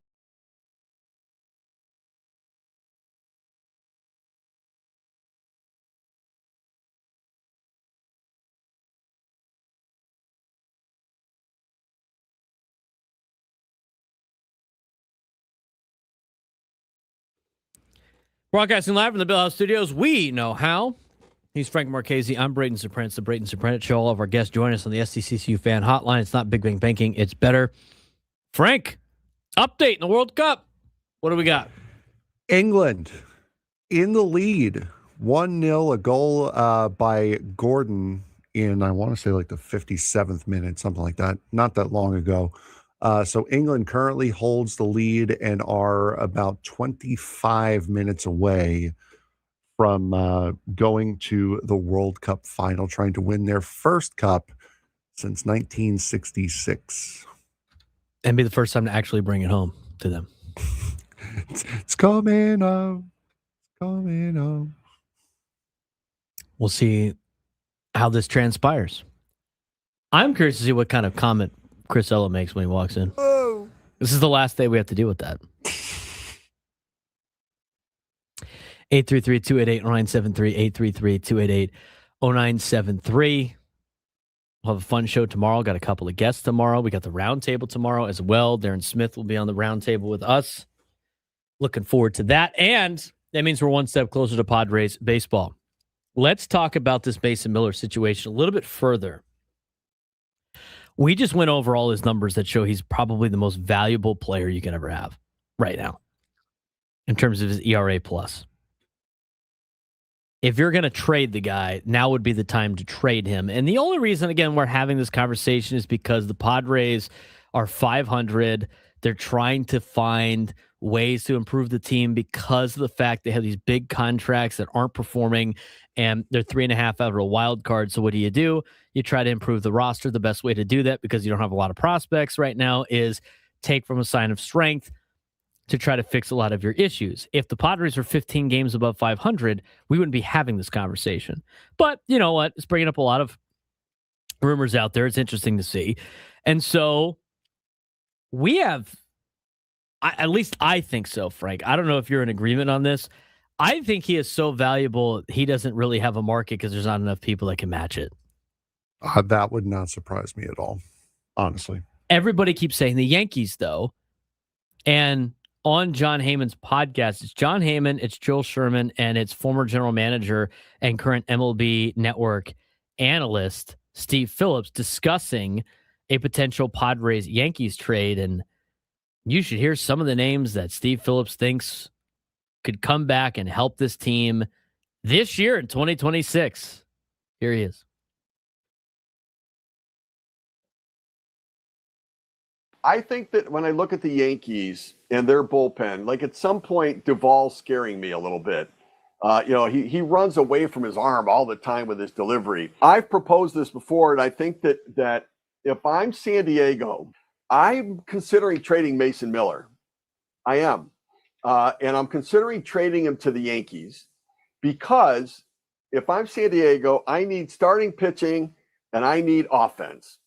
And whether that's going to be Weathers, who they've had before, or Warren as well in a deal, or Elmer Rodriguez, or Dominguez, and or Jones, I think there's a package the Yankees can put together that could give the Padres a shot to win this year. And they've got Jason Adams hurt a little bit, but they've got Morahone, they've got Estrada, they've got guys that can pitch the ninth. Yeah, they're not Mason Miller, but I'd be willing to give up a game or two there to give me 20 starts, 15 starts, and 300 at-bats of somebody who can hit the ball out of the ballpark for a team that can't hit in the ballpark. And the Yankees, if I could get Miller and move Bednar up in that bullpen, I think that's a huge play for the Yankees.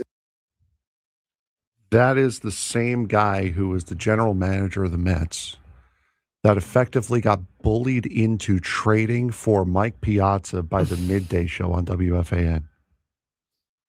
That works like that? We bully people? That was not that trade. If you watch that trade was not going to happen. But Francesa and Russo put up such a stink leading up to the trade deadline that they basically forced the Mets into making that trade. The same guy who was not going to trade for Mike Piazza, who's a Hall of Famer, a team Hall of Famer, has his number retired, is an all-time great in the franchise. He was not going to trade for him. Same guy. Let's talk about this for a second. All right, so the names that he listed: Ryan Weathers, Will Warren, Elmer Rodriguez, Jason Dominguez, and Spencer Jones, correct? Sure. I don't think he's saying all five of them in one deal, right? I think you could agree. I think he's just throwing out some names. I think you'd be lucky to get four of those guys because at the same time, they would have to give up. I mean, they're giving up a lot of their depth, right? But let's say they did. let's say they did. Let's say they included all 5. Like that was the deal. It was just because Steve Phillips was making it sound like you could trade Mason Miller and still compete this year. Do you know what these guys are doing this year? Nothing good. Nothing really good. Like, I know there's upside to some of these guys, right? Like an Elmer Rodriguez, who's 22 and he's in the big leagues right now, right? And this season, he's got some upside probably. But Elmer Rodriguez is 0-2 with a 4.76 ERA right now. Do we think it's going to magically improve by the end of the season? Again, he was talking about like being able to compete this year. I don't think so. They had Ryan Weathers on the team. We know what Ryan Weathers is about. You know what Ryan Weathers is doing this year? He's 3-7 with a 4.15 ERA. That is like maybe a slight improvement to what you currently have in the starting rotation. Ryan Weathers, like that's what we're giving Mason Miller up for? Well, it helps the rotation out. It's like, does it really? Ryan Weathers. Elmer Rodriguez. Let's get to Will Warren. Will Warren looked really good at the beginning of the season. Will Warren is 7-4 with a 4.03 ERA. Is that really helping the Padres win in 2026? I guess the Padres starting rotation is so bad that maybe a 4 ERA would help them out. I mean, you could get that out of a lot of other guys. It's not going to cost you Mason Miller. We haven't even talked about the bats he mentioned. We're talking about Jason Dominguez.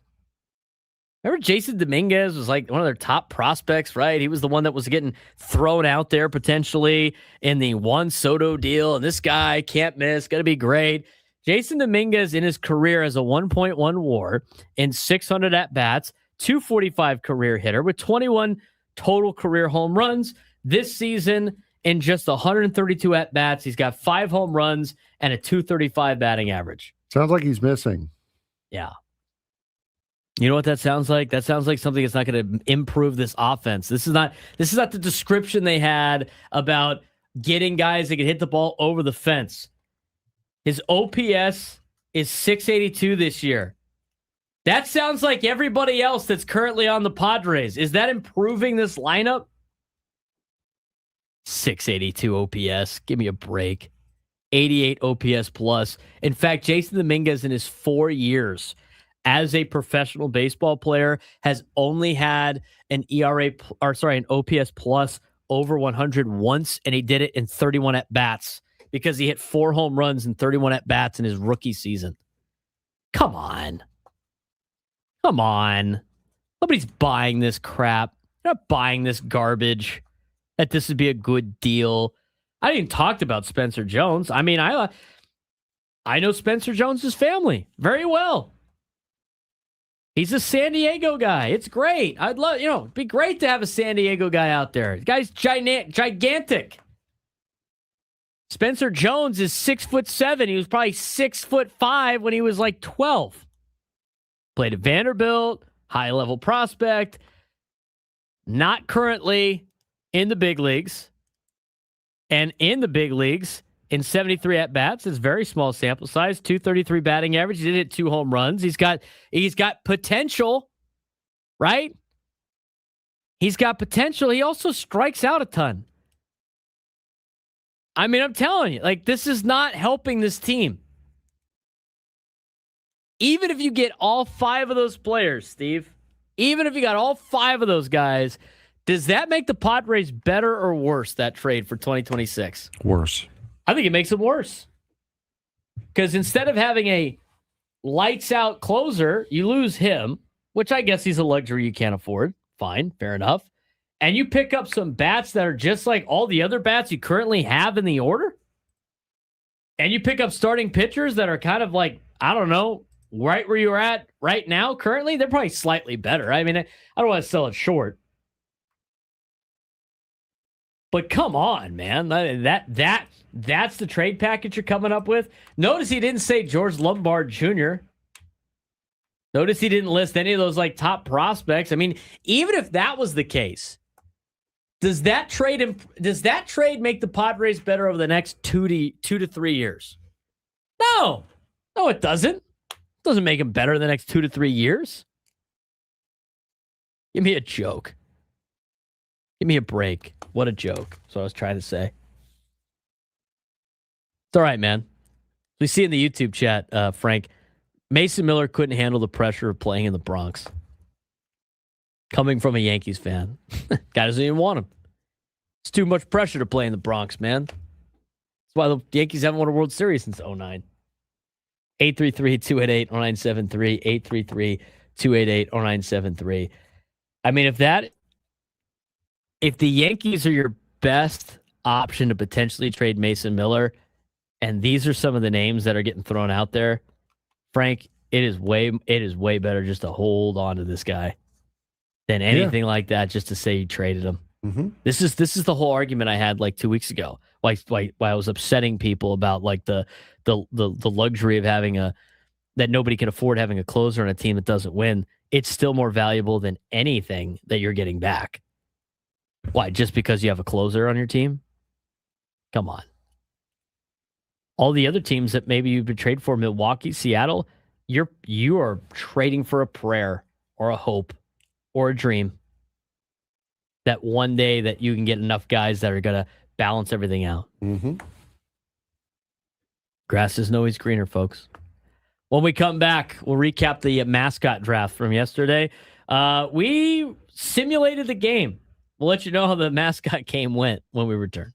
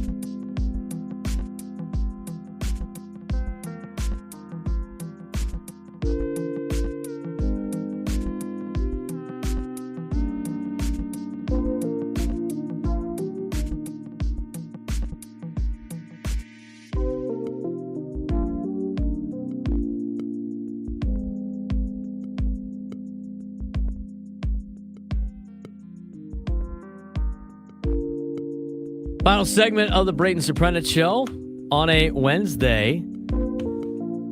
World Cup is going to be over in about, or today's World Cup action is going to be over probably before I get home today. Now, that depends. England's got a 1-0 lead. Is there going to be 40 minutes of extra time since this is all rigged for Argentina? Yep, it is. Did you hear the promo for Gwen and Chris? Yes, I did. We'll discuss the cheating that happens in England and Argentina. That's funny. It's good. That's a good one, Chris. It's a good one. With that, we have nothing going on tonight in sports. That was the only thing. It was on at noon today. Mm-hmm. This is what makes this week a tough week. Although I think we've handled it well. We even got a couple of topics we didn't even get to today that we can get to tomorrow. Yeah. On top of the fact that we have a couple of guests, we have the Epic Padres Roundtable presented by Epic Wings. Looking forward to that. Looking forward to an afternoon of doing a lot of work at Cathedral today. I'm looking forward to finally getting through to see who won this game. Oh, on the deal. Before we do that, we have to give away tickets, though. If you're the third caller, 833-288-973, 833-288-973. Third caller, you will win a pair of tickets to Alice Cooper at Cal Coast Credit Union Open Air Theater on November 17th. Tickets go on sale. Our tickets are at Ticketmaster.com. Third caller, 833-288-0973, 833-288-0973. Third caller wins tickets to Alice Cooper at the Open Air Theater, or OAT, as we learned. I still haven't figured out how to pronounce that. If it's OAT, we've been calling it that for a long time. Never heard of that. OAT, OAT, OAT, Open Air Theater. Wasn't part of my acronym vocabulary. BTW, LOL, FTW for the win. I mean, there's a lot I could go with. I know a lot of these.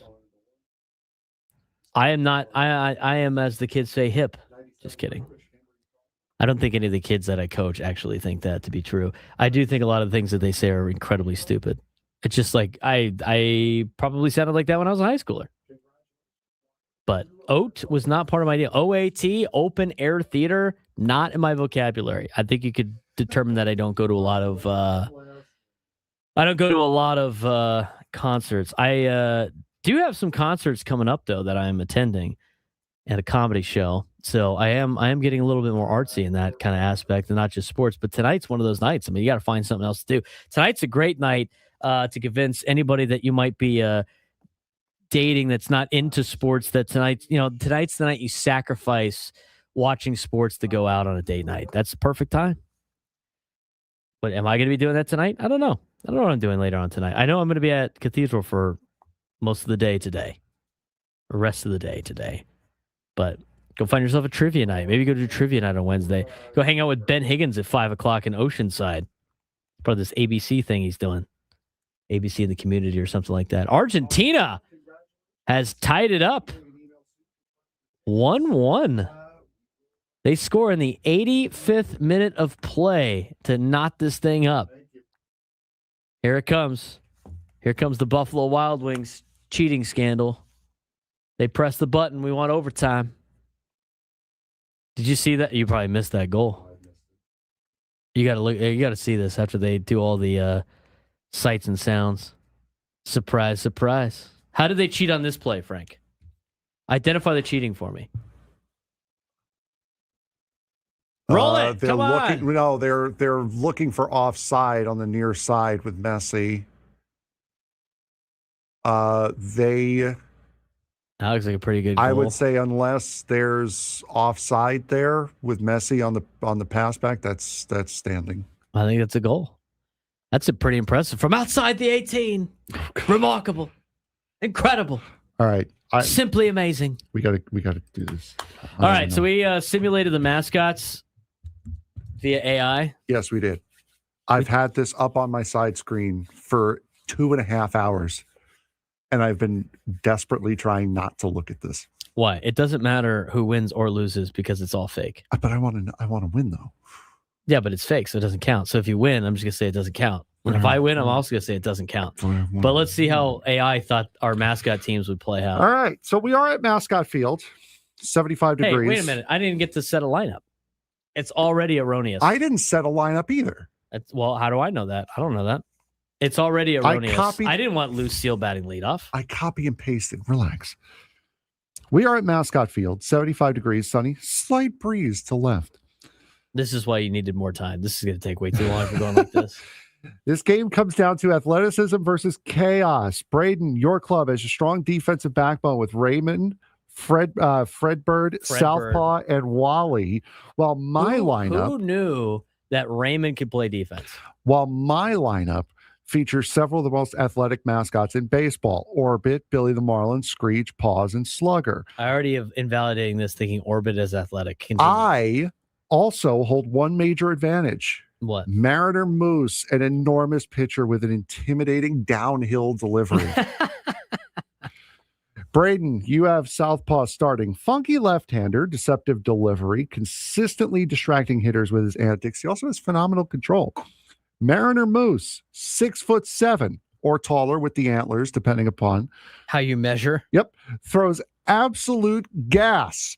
Thank you for recognizing. Hard sinker, difficult to square up. They're making up all of this thing. Yes, they are. Mariner Moose does not throw the ball that hard. First inning, you got me into a little bit of trouble. Pirate Parrot worked a walk. Nice Pirate. Fred Bird with a perfect bunt.